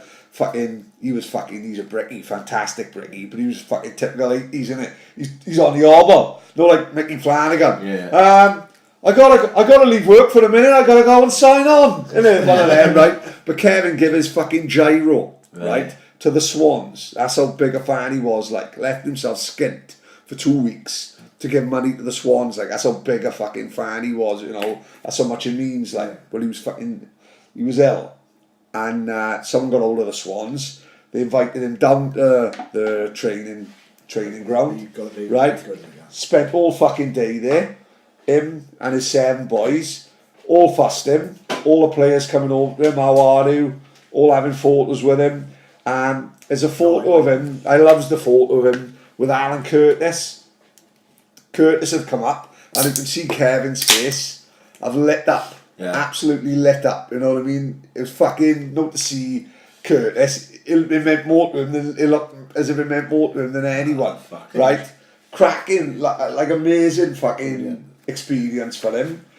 Passed away the next day. Oh, never. Yeah, you know, like I said, he was terminally ill. Fantastic man, right? Fucking, you know, my missus is fucking bits because she idolised her uncle. Yeah, cool. Great fella, and I just thought, no, that I know the Swans have bad fucking press sometimes, but no, that was brilliant. And like I said, no going back to what he did as a fan, like willing to go without to save the fucking club. No little stories like that make you think, fucking hell, that's what we used to be all about, wasn't it? A small club. Yeah. You know, people doing that, but like it's nice to see he had something back. Like he was a great bloke, and I think he deserved that fucking day. Do you know what I mean? Meeting all the players, you could see in his face he was landed. Like, you know, bit of bad. You know, Swans always fucking have bad press, but that was fantastic. Like that, don't they? To be fair, yeah. Because I think people on the side of the club who organise things like that are still in touch a little bit. Of course, yeah. So they understand what it means, like, of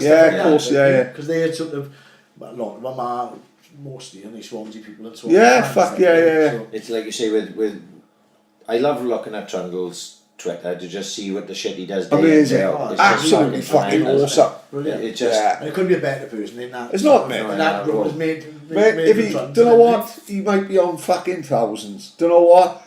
Good. I'd rather him have fucking good money for doing that job than fucking some twat of a right back who's fucking having fucking thousands and thousands every week for playing like a fucking minge. Mention no names, Kyle. No, that's right, though, isn't it? You know, Trundle should have that fucking job for life because he's absolutely fucking brilliant at it. It's made for him, isn't it? Every day you'll see pictures of him making a big group of school kids. Yeah, I agree.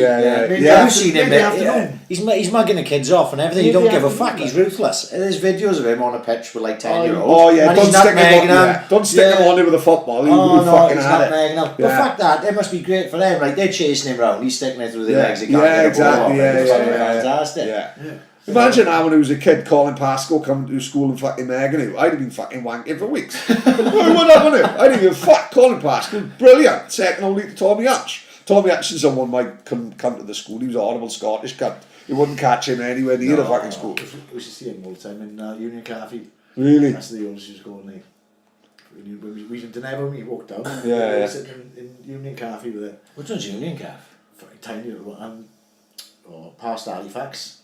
Yeah. In the corner, and it just used to be a small little cafe on the right hand side. That was the most Swansea thing we've ever said on this Yeah, podcast. I know. Then past Halifax on the left hand side, then it's fucking Specsavers. Right to there, like. That's the one. Well, that boy who listens from Leeds ain't got a fucking clue what's going on, is he? Yeah. But I heard a bit of gossip. You alluded to it earlier. That about Leon had put on Twitter, hadn't he, about keep the number 7 shirt for Llanelli. So I got sent that by a, let's just say, an unnamed source. Say, have you seen this? And I said, no, I didn't think much of it. You know I what thought mean? it was just a joke, I did, yeah. Right. Apparently not. Really? I asked, could I even mention this after the fact? When I got told, I told. I was like, yeah, fuck yeah, go on, crack on, make no difference anyway. But apparently, Britain was always going to coach, but now he's not going to coach. No way. Because the coaching is too much fucking paperwork. Really? Right, so Leigh would know because obviously Leigh's been inside the club. And he's actually going to do the ambassadorial role next to Trundle. Oh, the two of them? Yeah. Fucking hell, that don't get much better than that, do it? Huh? Fucking hell. I wish I was a kid again. I I think I'll fucking... I think I'll try and become a teacher. So, I just got told that, and so and I was like, is that right to say that? Yeah, fuck yeah, say that. And look, if Leon wants to do that, if that's what he decides to do, as sad as I see it, because I look at a football brain like when Leon's on the commentary and he speaks football. A lot of sense, he knows football, you know what I mean? Football. And you just look at him and you go, that's sort of a wasted mind, I think, in my mind. Yeah. You surely if he went in at any age group, he could teach kids something like, and Perhaps it's just... Perhaps he wants to do it through the age groups, perhaps he just wants to get a chance, But also, is he ready or losing the fucking legendary state? That's he's settled, he got house in Dunford, say he's fucking happy, he's in the office having breakfast. That's the thing, isn't it? No. You know, Monk was a legend, he had to fucking move away, like, he's fucking moved 4 times in the last fucking 3 years, isn't he? Yeah. You know what I mean? Yeah. He's all over the fucking country, from Swansea to fucking Middlesbrough to Birmingham. You know, I don't forget. Sometimes it's a more sensible option, sometimes, isn't it? Yeah, I think that's why he put himself out there. Have you seen the thing with Gerrard today? Gerrard's been linked to the Rangers job, right? Part of me thinks Gerrard is going to be, the plan is for Gerrard to be the next Liverpool manager. Now the problem is, if Gerrard goes to Rangers and totally fucks it up, why would you want to go to Rangers though? I don't mean like as the Rangers aren't a massive club and none of that. Don't fucking pursue some fucking someone start petrol bombing my house. I don't look, Rangers are a fucking big club and Celtic, whatever, I don't care. But it's a lose-lose over there. But is it not a very stable club? No, what they've said. It's not like taking over a Celtic. Let's say Rodgers, for argument's sake, went to Arsenal and they went Gerrard in as Celtic manager. That would make sense. That would make sense. We could be drinking Heineken every night and fucking win the league with Celtic. I agree. You know what I mean? I agree. I totally agree with that. But people were saying, with Gerrard, it could be exactly what happened with Souness when he went there. People fucking forget. Souness went there. One, he took himself. You know what I mean? Who's up there playing level as Gerrard? Yeah. He took the England goalkeeper, Chris Woods. He took the England centre half, Terry Butcher. He took Roberts from Spurs. He bought Ray Wilkins. He bought Mark Aitley. He had up there Davy Cooper, probably one of the best wingers I've ever seen. Brilliant, Robert Fleck, Ali McCoist. Look at that fucking side, that's a proper fucking proper team. Robert Fleck, but Robert Fleck was one of them players who played up there and done well in England. Remember, he come join Norwich and he was fucking outstanding. But in MD's mind, that was a proper league, wasn't it? Rangers were the best. Celtic were there. Yeah. Remember Dundee United? Dundee United again at the European finals against fucking Gothenburg. Morris Malpass scoring that goal. Did he score in the 82 World Cup or was it David Neri? David Neri. Went 1-0 up against Brazil. And all Scotland celebrated. He was all on the back fast in the Iron Brew, think they're going to win the World Cup. And then Brazil beat them 7-1. Zico and Socrates outstanding. But you know, and Aberdeen then you got Fergie at managing Aberdeen. It was a different era then, Scottish football. It was actually a fucking league then. You just can't see. Celtic now, can he? Huh? Nobody can get No, it's not. you can't. It's It's impossible. impossible. No, if Gerrard went up there and give him a run, then that's a success in my opinion. Like you know what I mean? That's what I think. But like. is that just bollocks? You know what I mean? Is it just bollocks? What I just said, I don't know. No, I mean, bollocks. no, like they put these things out there, don't they? Like Yeah, possibly. Gerrard to no, I'm not saying what you say. Yeah. I'm just saying, are they just putting? Because that doesn't seem like when I read it, I went, fucking hell, Yeah. you know. At the minute, he's coaching in the academy, and he reckons he's with Klopp every fucking day. Like, you know, that would make more sense. If he goes to another fucking club and fucks up, the Liverpool job's gone. Right. You know, so do we just go straight in after Klopp after 5 years? You know what I mean? Well, that would make more sense. Of course he would. Because he's going to be there eventually. I can't see that. I can't see that Rangers thing coming off. Like because it's not like Rangers that you're talking about. No. When Souness went in. Oh no, you're not talking yeah. about the same club. No, you know what I mean? You're talking about a club that's constantly in fucking some sort of financial turmoil and all that. His hands are tied before he starts. Yeah, He's going to give himself his best chance to start off. If you're talking about the Celtic job, and they can go, let's go and dip your toes in the water Yeah. with Celtic, fuck yeah, you can He go could out probably there. went to Celtic and play the way he wanted to play. Exactly, He's yeah, got a way he wants exactly, to play. yeah. You go to Celtic. Fucking hell, you could go to Celtic, put his boots back on and fucking play an anti. yeah. Because the Celtic players are the best players in the league, so he Yeah. can go and put his system on them players. You can't do that with Rangers. Not Rangers, he'd be like trying to get the best out of what Just he's because got. they still, Yeah. just because they still get decent crowds and all that, doesn't make them a good fucking side. No, of course, you know what I no, mean? no. If that was the case, Not like Sunderland would what- still be in not the like fucking what treble. I don't feel sorry for Coleman, mind. I can't see where he goes now. All the hard work he did with Wales, I just think they I just don't know hope, about I just keeping him hope on. they don't keeps him on, and in that league they're going to go up, and it would If fuck you think me. so. All But he probably could have said that 90% last year. I couldn't hope he? 90% them, the big clubs, or so-called big clubs, that goes into League One, they do get out there. True, yeah. But I hope he do, that he goes there next year, gets them up, and he gets the feel-good factor back in the club. The next, they've lost for so long. Well, look, what They've Sunderland fans have for proved. years, like. Sunderland- We're the same now. Yeah. Sunderland fans have proved they can fill that stadium, 43,000. Yeah. They can fill that stadium week in, week out if they want to. And if you take them down to League One and you start getting results, the fans will come back. If they top the league in October, they'll fill Oh, right easy, to the end of yeah. the season. And they'll go all over the country. Yeah. They'll go to Gillingham and Yeah, take fucking 5,000 away. And And enjoy it. And enjoy it. Yeah. It doesn't matter. What level you are. If you're winning, it's fucking great. I like Yeah. That's the thing that pisses me off about the Premier League. You think with something, thinks, well, do I really want to fucking sit here and watch us fucking struggle and Garbage, defend? Or no, we want to see us have a fucking game of football. Yeah. I know it's all another time. Yeah. Doing this and that, and what's got to be done on certain games, but as a fan, you want you to see your team have a little bit of goal. Basically, If you go down and you see us winning, Yeah. and you go away from home and you're winning, what a day you had. It doesn't matter who we play then. Yeah. if we're honest, right, what we should possibly do, right, and I haven't even considered this before now this second, I've had 2.5 cans, so bear with me a sec, right. Remember they talked about that fucking European Super League? Where Right, they would yeah, take yeah. the Of best course, sides, yeah. right? Which we all dead against, but... Totally, years ago when I first heard Yeah. of that thing, I would have gone, fuck that is ruining football and all that. Makes more sense now, doesn't it? Right. Yeah. How much sense would that make now if they took The top 6. top 6, took them out the fucking league, and then teams like Swans that don't even they don't have to play defensively all the Yeah. fucking time. We can have a go.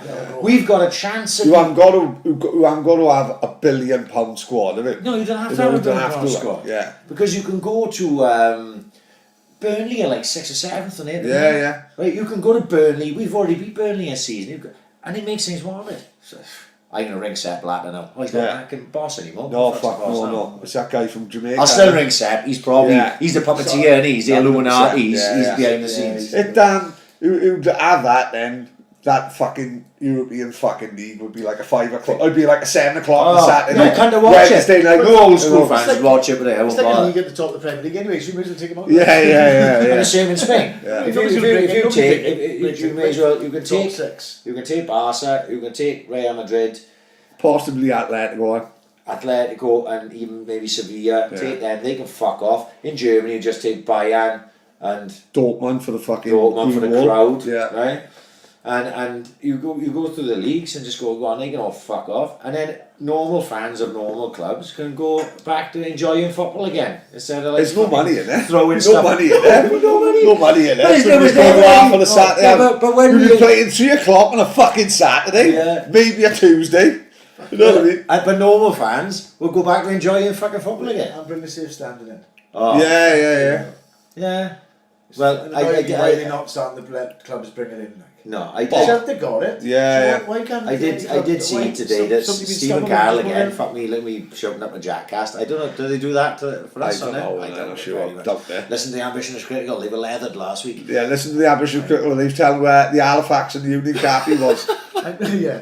He said that that. they you know that petition that was all over Twitter. Yeah, they yeah. went over the 100,000 mark, so now they've actually got to look at it. I think in Parliament. Parliament, It's changed Celtic's ground, didn't it?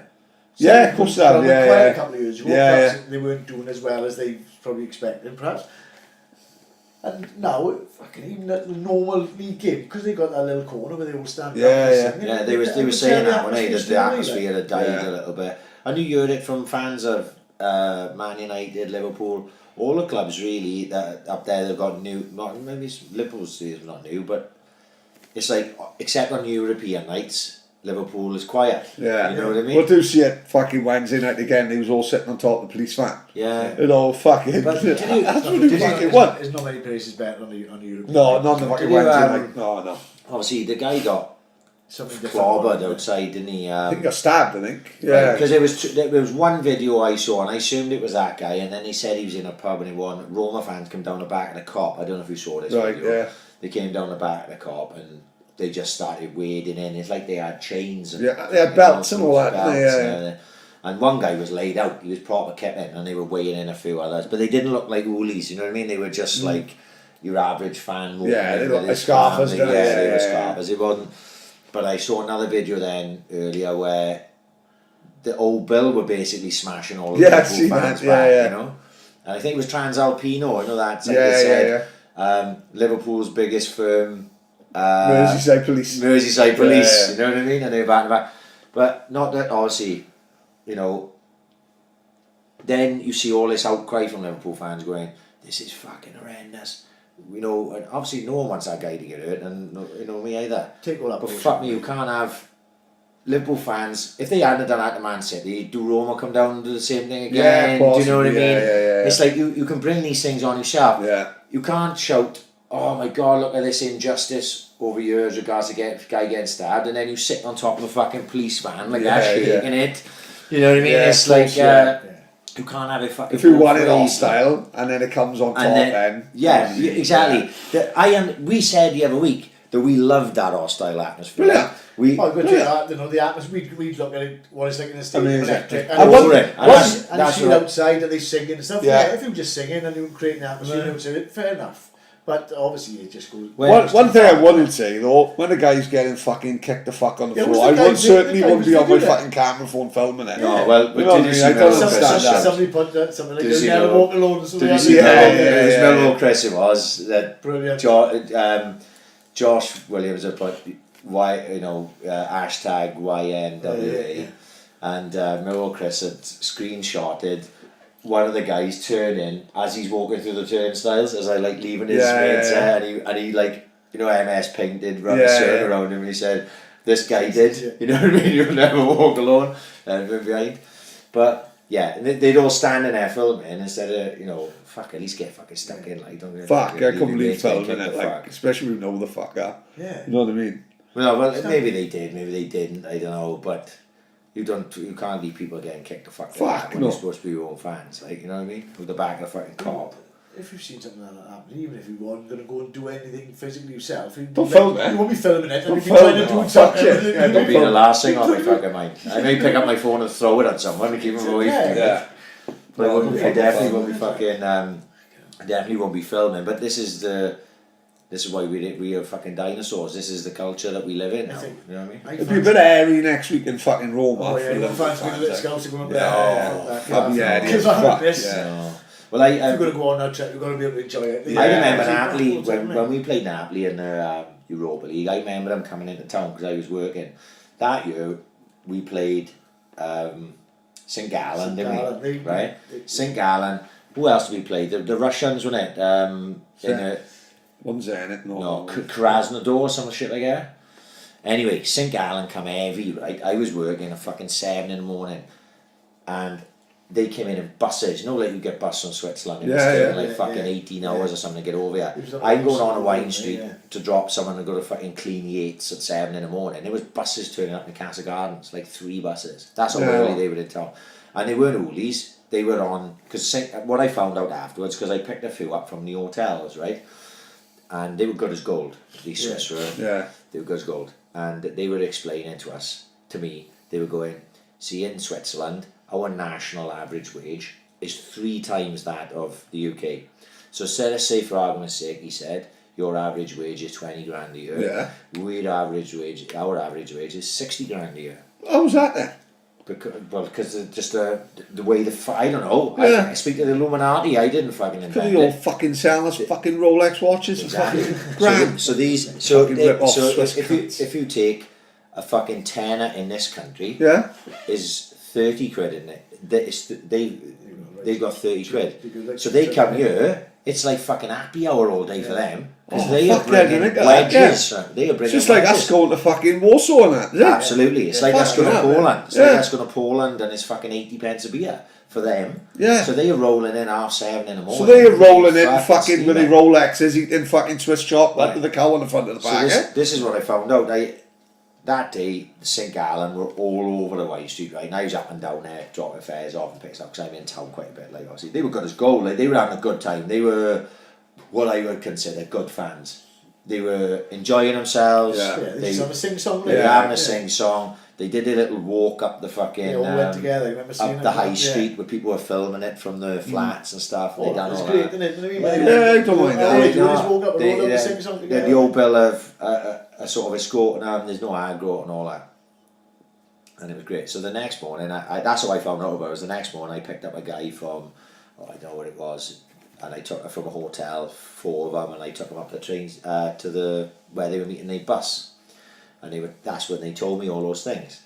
So later on, I got that Alan Curtis classic T-shirt. Remember they released all those classic things? I used to wear it to work. It's like the navy blue with the light blue. I know, shorts, right? And it's got number 7 on the back, Swansea City, but I think I had it off Colin Breen. And I had that on in work, you know? And I goes to the Ibis Hotel, and these 4 boys come out, youngsters, keen as mustard, like 20 or so, Stone Island up, everything, walking out the thing. They were St. Gallen fucking oolies, weren't they? Well, they jumped in a taxi with me. So I'm up the Ibis, guy got in the front, spoke perfect English, and he was good as gold. And he was like, "Hey, take us to the train station, mate," you know. But the 3 boys in the back weren't so keen when they saw my Swansea City top, like. I'm turning around in the car park, and obviously I don't speak fucking Swiss, but I could tell by the tone of this fucker's voice that was sitting behind the passenger seat, he wasn't too happy with my fucking Swansea City top. What do you expect? Fuck, you can't have anything else. The front was fucking trying to talk him down. I fucking driving fast as fuck. I thought I can't take 4 on, but yeah. I done a random one. I done that one in Romania, was it? Would you play a team from Romania? No, I fucking... Romania or Sweden? Oh, no, what's the team played called? I think it was Romania. I missed the Valencia game. Romania's cheap as fuck. I missed... we had Valencia, the St. Gallen and the Romanians in the group, was it? I can't remember you're asking. I can't remember. CBD I don't work out. I couldn't do Valencia, and I thought, I gotta do one. No, we played Malmo. We played Malmo in the qualifiers. Right, there you are. I thought, I gotta take it off in there. Gotta walk away. So I missed the Valencia one. I thought, I just gotta do the next. So I went and done the Romanian one. What was it like? No fucking out there. Never. You were George Archie having dinner. When Napoli came in, I remember Napoli, as well. they turned up on a wine street, Napoli did, and it was like, say, 20, 30 of them, and exactly like the Roma fans, all black, hoodies, hood up, scarves around their faces. They were walking around like fucking barrels walking up Castle Gardens with a fucking shopping and a trolley, like, they're going to stab her and that, like. She's on her way to Poundland and she can pick up fucking digestive biscuits and she got to deal with fucking 40 Napoli ultras. They were completely lost, you know. That's the thing with Swans, you know, people turn up in town and the fucking stadiums That's how I loves Newcastle. Newcastle's fucking great, isn't it? He'd be in the big market 1 minute crazy. in that venue would have got strippers and Oasis tribute act, the fucking 1 in the afternoon, and then who strolls up pissed as fuck at 3 and who got fucking St James's Park right in front of him. What it is then, who got that fucking trek up fucking 30 flights of stairs. That was one of the few places that I went. We went for my 30th and we flew up there. And I was about 10, 12 or something. We were after the derby. What a day that was. Oh my God. Newcastle Sunderland. Oh yeah. Oh my God. 4 of us went up there and they won 3-1. Emery. Remember Emery? Yeah. He scored a free kick. I'll do what for that then? Well, Tom was in touch with Tom and Eugene. Oh, of course, So I think it was me, Philip, Paddy, Gallagher, and Courtney. Right. Years ago. And they had his tickets. And they said, oh boys, all the tickets are split. Of course, yeah. So we just grabbed 2. Mine and Philip happened to be it was in the Premier Club. No way. Yeah. We'll have a bunch of little bit. Just sat with the Geordies singing. Oh, it was brilliant. That was what I remember of that day was... Courtney's definitely with us. Courtney walked in the place after the game singing Fog in the Times on my Well, can you remember going to fucking stay with the fucking Geordie boys? We met in Loretta Mar. We went up to stay with them and they took us to the local. Remember Jackson's? Jackson's was the local. Huh? Peggy Sue's. Well, I remember a pub called Jackson's where a pregnant woman was snorting Charlie off the bar. Oh no, that was before. That was before the time. I was there once. Yeah. There was a woman at the bar, pregnant, drinking pints. That's the same thing. And she went, picked the kids up from school, and then sat under the bar with her.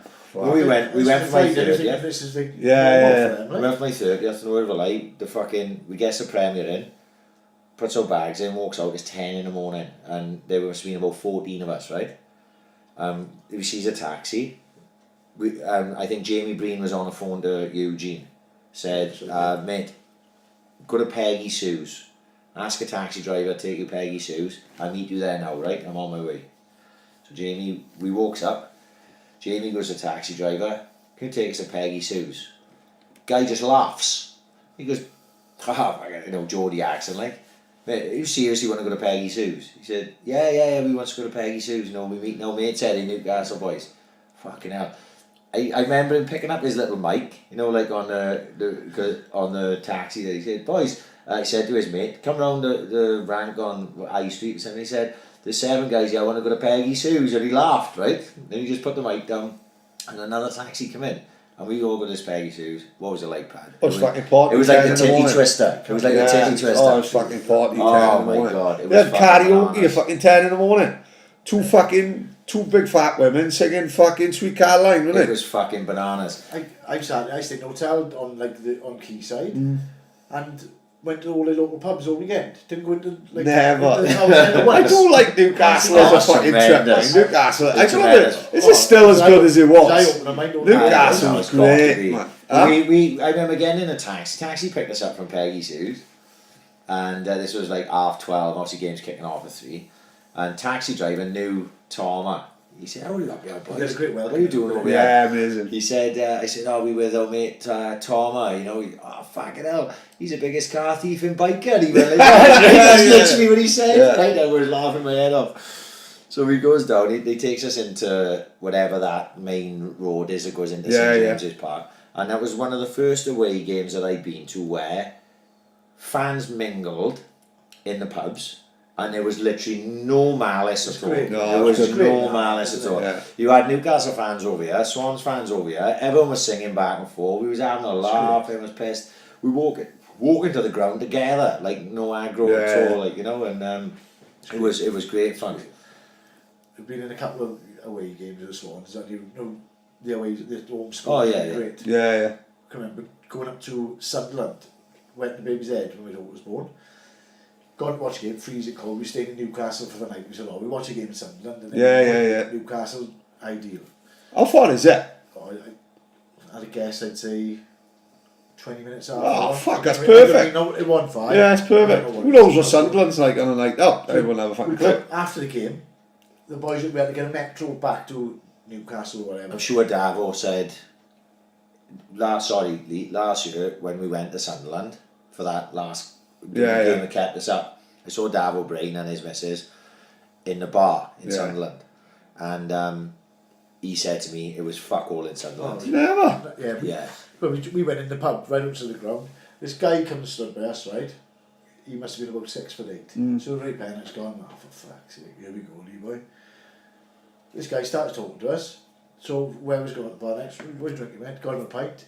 Stood there and had about 3 or 4 pints of us, this fella, right? Yeah. Massive fella, sound, just talking about football, this and that. As we were just about to go, he said, right, we better go now. He said, oh look, you'll never find a metro station. He said, I'll walk up the road with you. And I'll point, he said, it's in the middle of terraced houses. He said, I'll walk up with you, point in the right direction. Takes us up. He said, right boys, down there. He said, oh, come here. He went to put 20 quid in my pocket. He said, yeah, when he goes home, buy the baby something. Well, he calls them beds. Buy the bed something.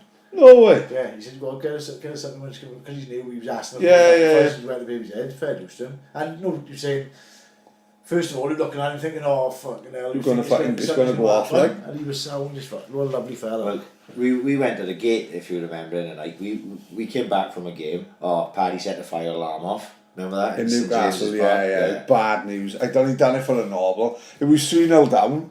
And it was just there begging to be asked. As soon as I hit it, right?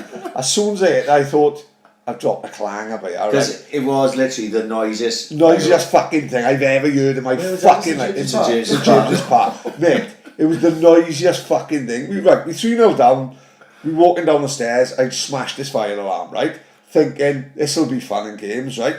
Not realising that we got 30 flights of stairs. Oh yeah, so I innit up to James's Park. And every flight of fucking stairs. And the boys are getting more annoyed with me, like. Storman lost his plot with him, it was funny as fuck.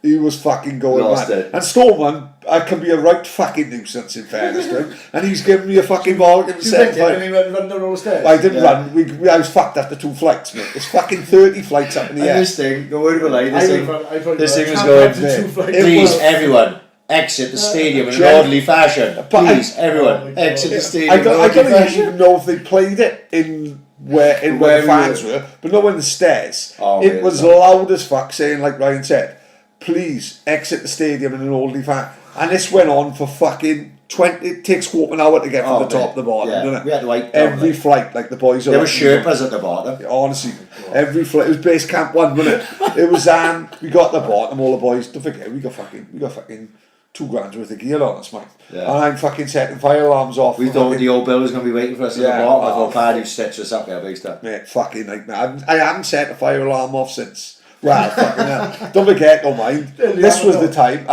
No, they just let us out. This was the time, no mind. Well, if you remember, can you remember we went through a time where we used to break into Dolphin Hotel every week? Oh my God. Brilliant. No, because you had... Did you jump on a bus once? Outside the Dolphin. We must be walking from perhaps Wine Street. Yeah. Well, this is how we were doing it. Every bank holiday Sunday. Every it would walk from Wine Street to Jubilee Sea, and every week I'd walk in the Dolphin, right? They thought I was living there, man. Not like fucking David A lives in the Crown Plaza, right? Honest to God, every week, right? They didn't even know it was me. I'd walk in, say hello to the fucking Shirley on the desk, right? I'd set the fire alarms off, and I'd come down in my kegs, say what the fuck is going on, right? And they'd say, don't worry, right? I was on the roof. We was on the roof. Honestly, me and my girls were on the roof. On the roof, walking past people's windows, like people having sex, and we were in the window waving at them, right? If you remember the Beatles played on the roof in New York, we was like, when we waving to all the boys. They was all standing outside little ones. See a fire extinguisher. Fire extinguisher, knocking people's doors now. Fucking, I feel terrible. I'm middle-aged couple, they down to see the gawa, knock on their doors and just squirt them full of fucking fire extinguisher. Honest to God, they go mad. I knew my way around the hotel, I was like that fucking Andy Kaufman on fucking from the 80s in the hotel. I knew my way around the hotel. It got to the point where I was clocking people in and out. There were people working. There was a proper old school clock. There's a proper old school in and out. Any job cards? Genuine up. Teddy the caretaker went on 1 week. He had £3.50 paid. He was fucking tapping. He was only in 10 minutes. I clocked him out.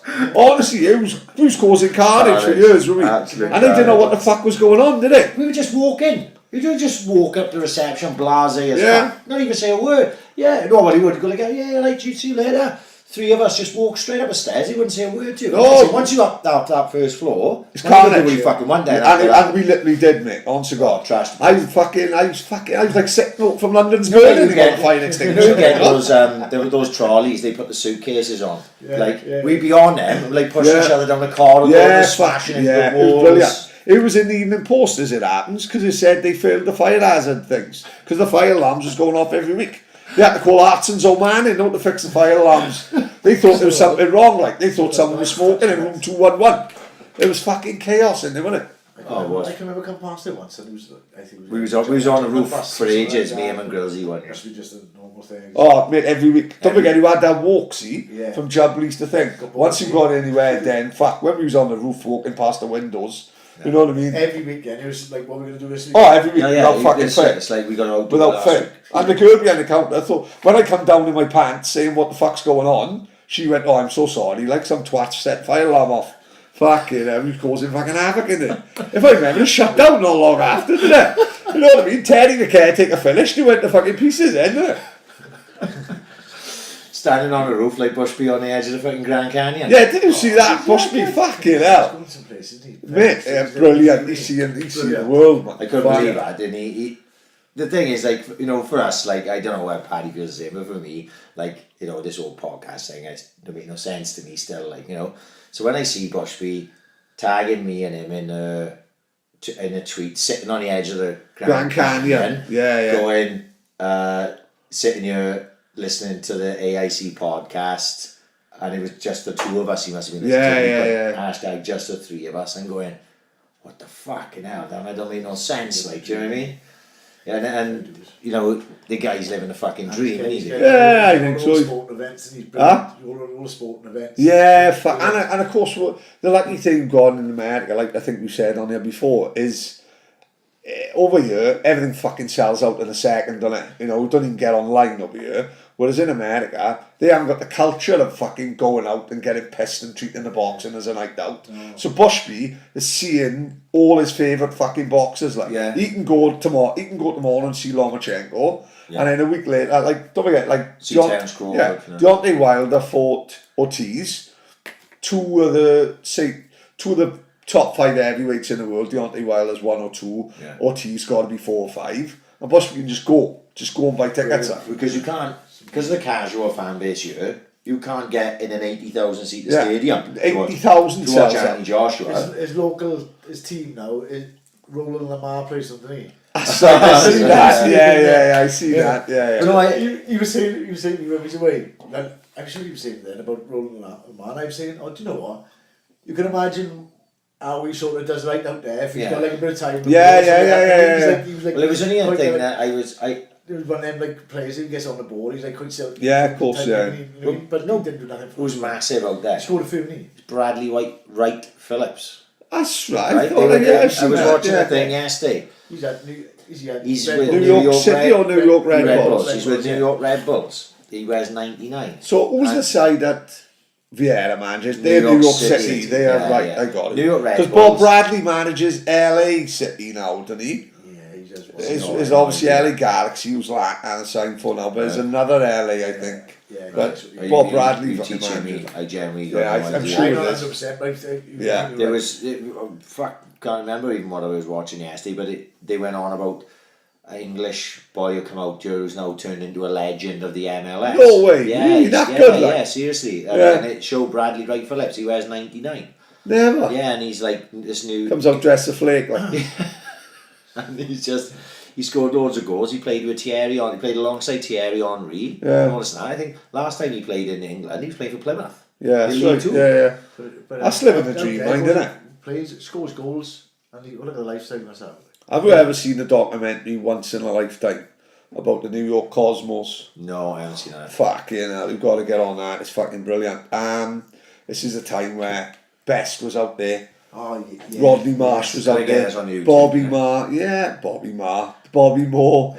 But the actual film is about the New York Cosmos. They signed Pelé, And they signed a guy who actually played for Swansea called George Chinaglia, is it? Chinaglia, yeah, Right? yeah. Played for fucking Swansea Boys Club with Wally Popham and it, right?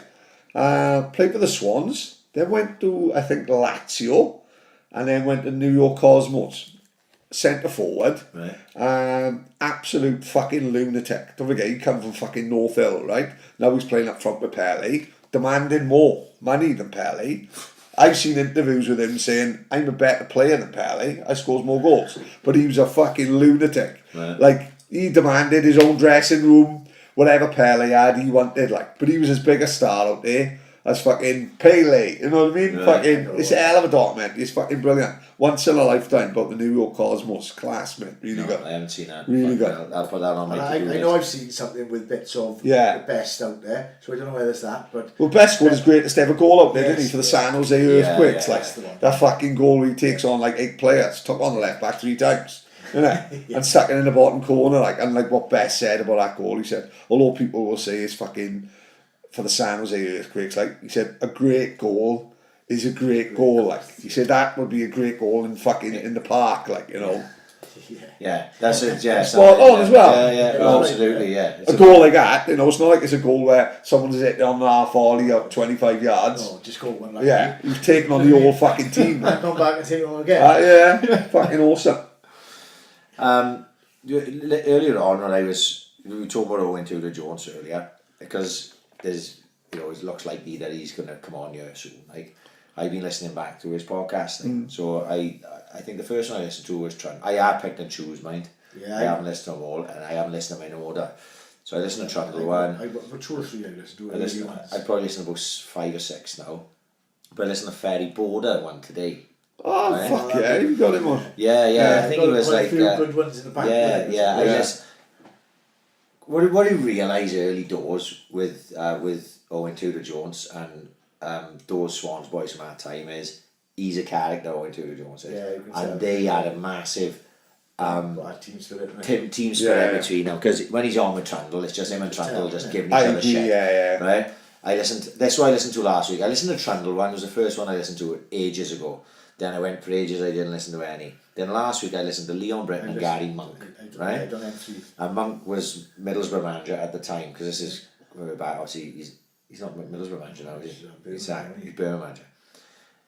Oh, and they're all in it together. They're all having a novel and everything. So today I listened to Ferry Border and Adebayo and Fenway, and it's all the same. It's fucking great to listen to, because they're obviously all close. Yeah, It's like us. He's still scoring goals. Yeah, oh mate, Fair play, isn't it? he was in the Bale. team of the year, like, Yeah.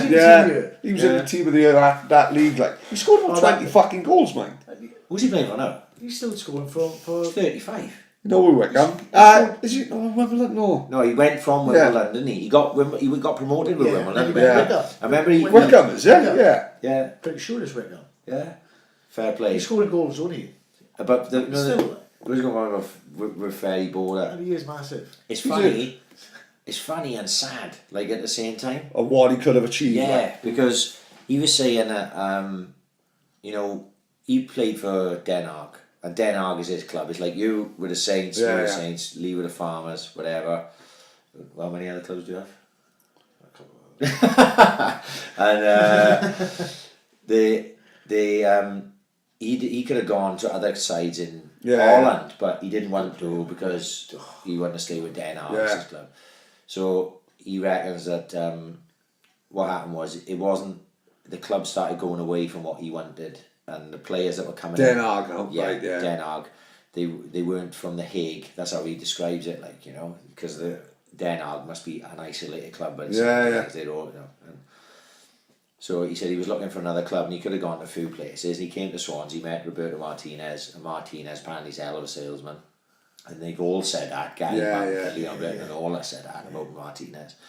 So he came and signed for Swansea, and then he loved it from the start. Like, you know, he was in the change room with the boys, and they were always having a novel, and even though he's Dutch, he understands the novel, and they're all in it together. And it's interesting, like, you know, it's just, at the same time, it's so incredibly sad, like, because, you know, when He was our best player he that was generation. fucking incredible. He was such an incredible footballer. And you go in, I remember fucking seeing him, And thinking at the time, when he signed from Den Haag, who just got relegated from the Dutch, the Eredivisie, Yeah.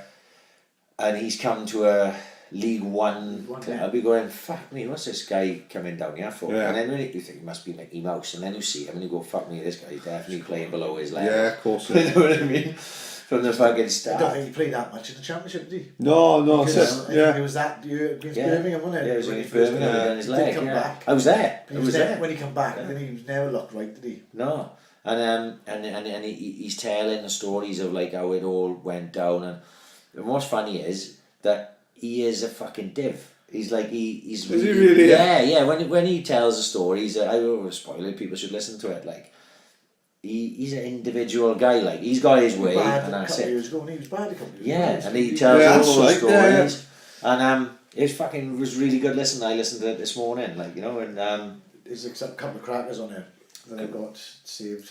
Yeah, Yeah. because I lost my phone, I'm miles behind and everything. Like he's fair play to Owen Tudor Jones. Not as good as this, obviously. But, fuck him. But he's doing all right. Like they're quite funny. But there's some like I looked at him. I listened to Mickey Thomas there to turn it off because it just Mickey Thomas's voice was doing my napping. I couldn't work. is he on to Yeah, yeah, and I bet Mickey Thomas is funny as fuck. Yeah. But just under the circumstances of trying to work, and Mickey Thomas's fucking voice was spinning me out. So I had to Well, it's that fucking turn it famous off. line Mickey Thomas says, isn't he? When he was up in court he had got caught with loads of fake notes, didn't he? Yeah. And like the judge said to him, like, is there anything he would have done different? He said, yeah, I would have made the 20s 2 inches shorter. I bet he'd be good for Chapman's. Yeah, quality. Yes. I've seen it, he was good, yeah. Quality. Who's the best one we've seen? Do you know what? I got to be honest, I think Trundle and Tate was fucking brilliant. I didn't see Chapman. Merson was fucking class. I've seen Mercer. Merson was brilliant. Ruddock I felt was a little bit I didn't like big-headed. Yeah, I didn't You like come on that. stage. Yeah. You come on Yeah, stage. I've seen Ruddock, but You come on, and well, yeah, my name's Neil Ruddock. I'm a fucking legend. Now I might work in London, because that's the way people are. But in Swansea, people are a little bit more humble. We're going to have another one. In Swansea, people are a little bit more humble, like, you know what I mean, and they're a little bit more down to earth. Yeah. And I don't think that don't carry well, like, you know what I mean. Yeah. Tell you what, one of the best ones I've seen was Ray Kennedy. Really. Oh, I did, but because he was probably a little bit before I started watching football. Yeah.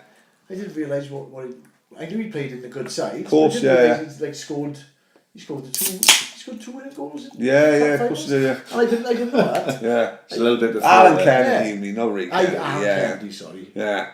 But, yeah, Trundle and Tate was brilliant. Whether we biased because it's our old club, you know, don't forget, Trundle's fucking on a chair singing fucking Lionel Richie songs, man. You know what I mean? That's the fucking difference. I got my eye on Ray Parlour and Lee Sharp. Lee Sharp was down, I didn't see him. I think, listening to Ray Parlour on Talk Sport, the stories, Dean Saunders, I'd like. Really good, and I haven't seen him. Listening to Parlour's stories on Talk Sport, he Yes. sounds a fucking ball, like. Yeah. You know what I mean? And Dean Saunders and Talk Sport's funny as fuck. He's brilliant. Yeah. Dean Saunders is great. Yeah, Says really funny good. stories. Tell him Dean Saunders was the Euros. Remember when he got his car locked in Cardiff Airport and everything? You know, he was just stuck in. Brilliant. When we was walking through the Champs-Élysées and we bumped into Dean Saunders, like, fucking brilliant. He was fucking staying with us for a bit, like, you know, Straight good on the laugh, like, huh? Straight on the piss, was it? No, he was fucking, he had to go and literally, he was doing a match in that afternoon, like, you know what I mean? He was talking about Penland School. I wanted to come to the last one, but I was off every night. Oh, fuck yeah. Was Grobler good?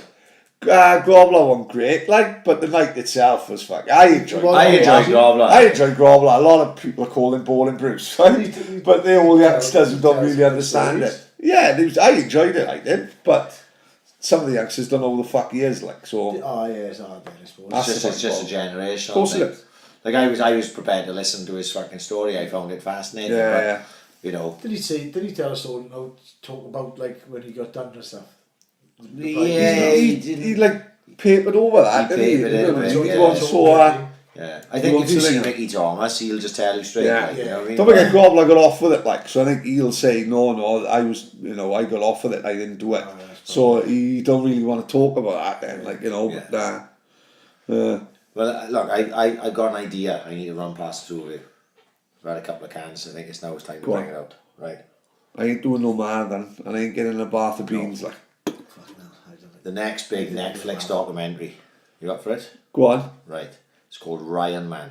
Right? Oh, for fuck's sake. No. Oh, fuck off. It's not what you think. It's not what you think, right? It's not, I'm not going to become a superhero. Okay, go on. 6 months. Yeah. Documentary team. Okay. Obviously, they're going to pay for me to have 6 months off work Yeah. before we start, right? Turn me into the Iron Man. Do you reckon I could do it in 6 months? You know, Iron Man. I don't mean the Iron Man like fucking Robert Downey Jr. I mean Iron Man, swim. Bear in mind, I can't swim from fucking. I probably couldn't swim the length of this kitchen. Right, yeah. Cycle. I haven't been on a bike since I was about fucking 16. Run. I'm thereabouts on a marathon. I think you could piss it, man. I think you could do In it 6 easy. months. Do you reckon it could be done? Yeah, I don't see why not, like. Because I think if you. Are you going to turn into an Iron Man No, non-set no, or no, just no. fucking constantly Well, hang on, fucking this is trolling all up hypothetical because Right, yeah. you've got to get like some documentary team to fucking. Because I ain't gonna fund it myself. But we you know you get Netflix. Go like that. Oh, this guy's a dull cunt. Should we see if we can turn your average fucking bloke on the street works 12 hours a day in a fucking taxi and gets drunk on a Thursday. To have 6 months off work. 6 months off work. That's the big difference. That's the big difference with Iron Man. Paul Roller said to me the other day. He messaged me after I done the marathon and he said, Iron Man next, like nobbling. Yeah. And I went, fucking joking, it can't be done. And he said, no, you've got to have a social life bypass to do fucking Iron Man. You know? Why the fuck would you want to do that then? But because it's a challenge, Yeah. isn't it? It's a ridiculous challenge. Mate, it's a challenge to drink fucking 14 Sambucas in Mali when Cousy nearly had a fucking heart attack. That's a challenge and you don't ruin his social life. I've got to be honest. Huh? The boys who do that is I take Crazy. It's I think like ridiculous. I'm always up for doing something stupid, like something that pushes me to the boundaries of what I can do physically, like because I know mentally I can do this stuff. Last Sunday and I'm leaving So Yeah. like I Livy's been trying to nag me to do Iron Man for a while now, and I've said to him, I said, mate, I just haven't got the time to train for it. I just have not got the time to train for it. No, you know. I find out how they manage to How these Yeah, boys- that's what because bad no, for you. me and him are just trained for a marathon, and we know with our work schedules how hard it was to train for that. So how are we going to train for that, and then you've still got to ride 120 miles on a bike, and then cycling and you swimming. right. So what you do is you put it out there. You get Netflix to fucking document you to do it, and you have 6 months off work, which I could do with mine to be honest, and then I'll do it. That's what I'm up for. It'd be Ryan Man coming to Netflix That's- 2019. that's fucking hard work the training like these boys put in, like the fucking SVR and all that. It fucking baffles me where you can find the time. That's the only thing that. But I speaking to Matt Barrow a few weeks ago. They've been doing it for you. They know. He said you just get into things like you go out for food with his missus and the kids. Yeah. And then you'll take his like get and, Yeah. and you'll do his run home like. I mean, so he's like just And constantly planning like. You know, I do you know Fucking what? hell. It's sad, When I goes to Vesuvius God, and has a it's up to fucking a Stromboli, I don't want to fucking run home then after that's that. the difference in somebody doing an Ironman there because Yeah. you go down there and probably he's like Elite stuff that will fuel it before what you and can we'll do. run home. You want to have like fucking 16-ounce steak, like. No, You know, it's quick going, isn't it? I done it. When we say we go to my nan's, my nan lives in Gosaina now. Well, So that- I'll that go with my things- running gear on, go and see my nan, my band for an hour, and then Tina will drive home, and I'll run home from And Gosaina. they're the things type like of that. things that you've got to do ridiculous things like that. You know what I mean, you've got to teach Oh, you fuck to yeah, yeah. sacrifice loads, don't you? And go, well, right, I'm going to do that run now. Yeah. I don't Try know. to do strong. You know, I don't think I could change my style of life because, oh my god, I'd be a right boring cunt. This podcast would be fucking right down the Yeah, path. fuck that. You'd Yeah, have I've to been do it on a your couple own. of formats. I still finish behind Ronnie the fucking Rhino. Oh, that's the fucking truth, boys. You know what I was with my old man on Saturday. We had a barbecue, we had a few bevies, we were chatting away, me and my old man and Tina man. And Tina's old man asked my old man, so would you go on a podcast? Because my old man listens to every podcast. Oh, fuck, fair play. My old man's up to date. Yeah, So yeah. everything we've said now. Well, I got no interest in it whatsoever. You don't know everything what the we've fuck's said, my happening. old man knows. Right, so yeah, it's yeah. pointless holding back anymore. And he was like, oh, I don't know, if you're up for it. But well, Bill, on a podcast could get interesting. Like Yeah, fuck, yeah. But what people ask, another question people ask me is, could the wives be on a podcast? They seen each other the other day and was talking about it. Donna listens, Tina don't know what the fuck is going no on. idea, no. Oh fuck, I don't know. No. You can't have it. I don't know. Could you get him on? Donna would love it. Donna would start talking about pretending like fucking carnival queen she is and shit. You know what I mean? I don't know. Tina would end up getting a monkey out on my lap. Thing is, now eventually we've got to do it now. Well, look, I put it up to the people that listen because it makes no fucking odds to me, but that would be carnage because Tina'd have probably half bottle of wine down before it even fucking started. Yeah, I could end in fucking tears. I couldn't imagine Donna turning where Leigh is now and Donna's here. I wouldn't know what to say. Paddy have no material. Yeah, fucking hell. I wouldn't be an adventurous living world or fuck all like that to her face. For fuck's sake. Can't say that. Fucking hell. One thing I gotta check with you, right? We talked about it the other day. Tom Carroll's pass against who did we play? Everton, wasn't it? It wasn't a pass, obviously. Johnny Gray messaged me, obviously listens to the podcast. He was listening to the podcast on his way to Arsenal with one of the youth teams, right? So he messaged me and he says, listen to the podcast, mate. He said, gotta disagree with you on the Tom Carroll pass shot, you know.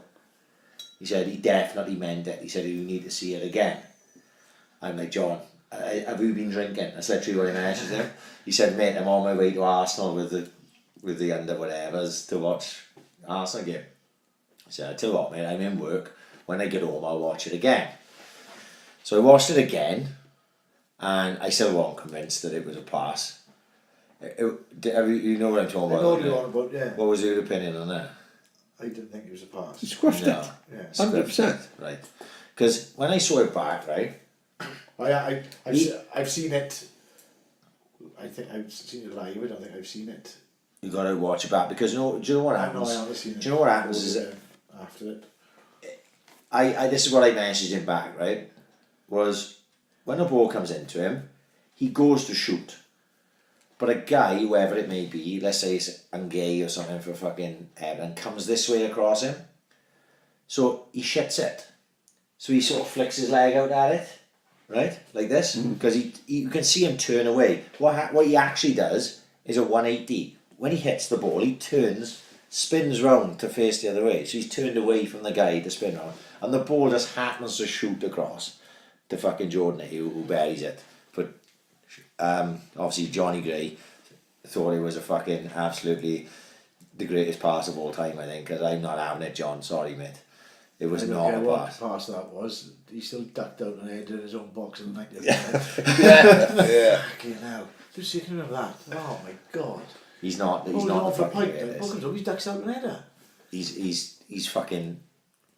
I every time I see his name on the team sheet, I just start fucking going, oh, for fuck's sake. We just got so many players who Deadwood, just sort of match Deadwood. Well, they can do little things good now and again, but we haven't nothing about our team, really, we. No, there's nothing exciting. There's nothing exciting about it. Joe Leo's been now like talisman. star man for the last couple of months. Yeah. Who'd have fucking thought that at the beginning of the year, innit?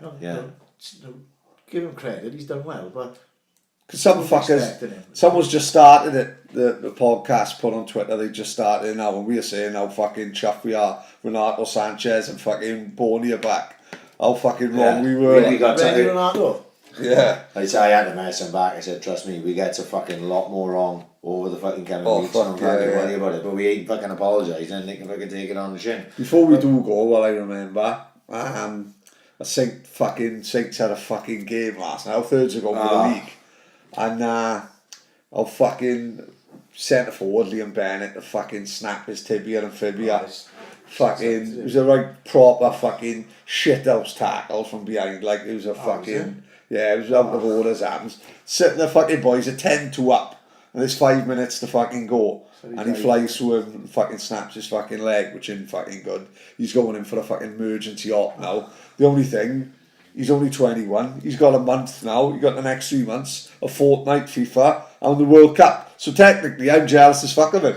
He's going to have the best summer he's ever had. Cobley said to me this morning, Cobley broke his leg in a West Wales Cup final. Right, he said it was the greatest 6 months of my life. I was living in Cobley's house. Yeah, he said it was the greatest 6 months of my life, he said. Edie and Brian went on fucking holiday They said, Ryan, do us a favour, will you look after Carl? I said, yeah, no problems. He was having house parties. Yeah, brilliant, yeah. Remember Carl was there with his fucking leg. We couldn't find the key to the door, everyone was He was jumping through the window. Yeah, it was like Daisy Duke. Fucking getting through the window. He was, wasn't it? Fucking brilliant. She's top man, Liam, like, so I hope he fucking gets better. So we're taking great salute was there after him. Somebody broke your leg. Yeah, it was a bad one. I tell you what I had to go at the weekend.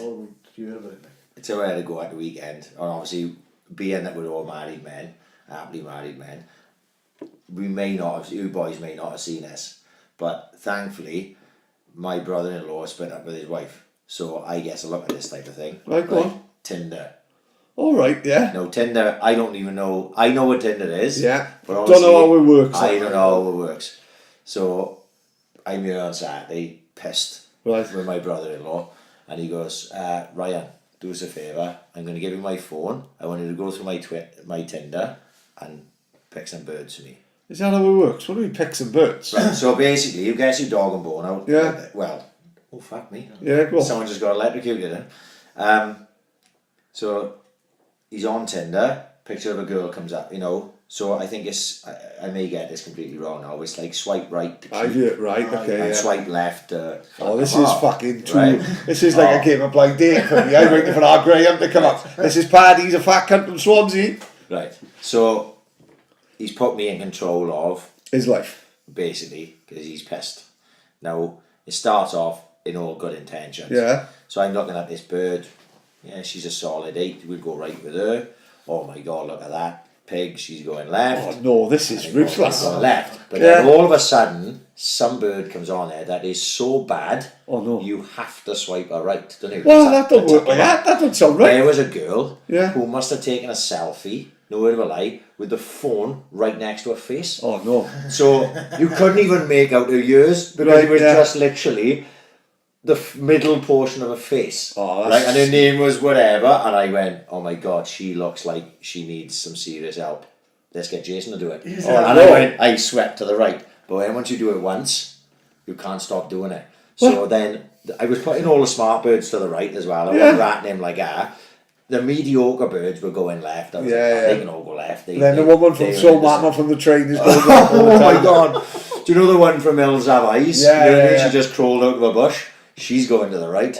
They were all going to the right. So I haven't spoken to them since. Do they all message it? So then, like, if they've seen his picture, right, and So you've got to be they judged swept- on who looks. Oh, this isn't for me. This is. No, it's not It's, just. you know, I don't know how to say anything like any personality out there. I've been It's not swiped just- left all day. It's got to play havoc with my confidence. This is with dollar bombs me up for calling my fat on the podcast. Oh, I don't like this. You can't go by looks. It's not just. What a pretentious thing that is. It's not That's just. not It's right. not just that. They got a little bio. You know what I Right. mean? Oh, you don't could- tell me GSOH. Good sense of humour. Yeah, no, you could just put, you know, Paddy. You got a podcast. Oh yeah. Funnier than I look. You know, Yeah. things like that. Like. Oh You could no. do all that shit, but obviously I never looked at any of that bollocks. No, I'm no. a superficial cunt. I am. I was looking at how smart they were. Oh, How see, I fucking know the fat and last 2 ugly they were. minutes. Who's going to go for this look? Oh, it was fucking tremendous. I was just there for ages. I thought it was never going to end. He was like, Ryan, you've been on my phone for 10 minutes. I thought, fucking hell, this just never ends. So all those fat birds now, Yeah, that were just like, because my brother-in-law's a handsome little cunt, like, you just go, Can't be that handsome. He's on fucking Tinder. They'll oh come. no, well, only because he got no bird anymore. Oh, so, is it? So, yeah. So it's like, you know, they be swiping right on him, Yeah. and then they go, oh, you have a match. Oh fuck. So they can Don't message tell me him. just throw mama from the tree. He's a message off. So all week he'd be having messages off all these fucking prop forwards, like, you know. Oh no. Yeah. You'd be going out with Garen Jenkins now, don't Vesuvius. It was fucking Fuck tremendous fun. Made my fucking week. Fuck. We missed all this in our day. Yeah, it was. Imagine hours of it. That's not for me, see. I got vision, see, of me being on Tinder, and then some fucking gang of girls that do know it on WhatsApp saying, have you fucking having Paddy me? Like, good Yeah. sense of humour. You gotta fucking, you don't look, that photo don't look nothing like him. I put Paddy colour and I got a photo of Robert Redford on, that's my bio. Like Look. I'd love to go on it just for like, just to brush my ego. Do you know what I mean? So like, you go, What if it goes the other way? No. Say, I'm not going up with this Luke Chag, but Right, yeah. Yeah. But then you wouldn't know. Because Oh, is it? 'Cause he's it's swiping not, left. it's not you get sent messages going, oh sorry mate, I thought he was a big nosed goofy cunt. Yeah, don't You know what I mean? Nobody says So that don't to say you. like 300 people have swiped left. Nobody doesn't tell you that, Oh, does right, it? that's You know, right, yeah. you keep swiping every now and again. Someone goes, "Oh, all right, or You know, that type of thing. That's not for me. This is too much small talk. This is, oh my God. What are you paying for that, Pad? No. No, Tinder ain't for That could be me. alright. No, I'm not putting myself out there like that on a fucking pedestal so people can No. see how fucking desperate I am. That's not for me.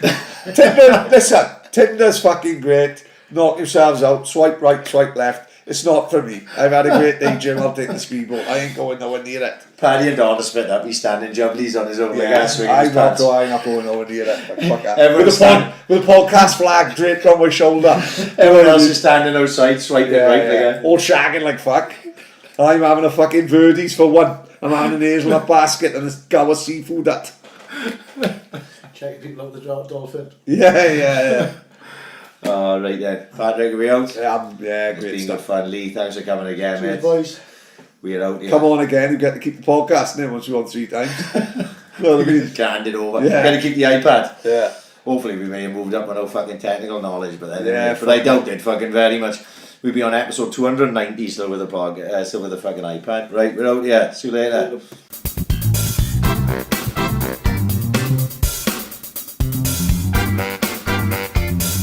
Ambition is critical.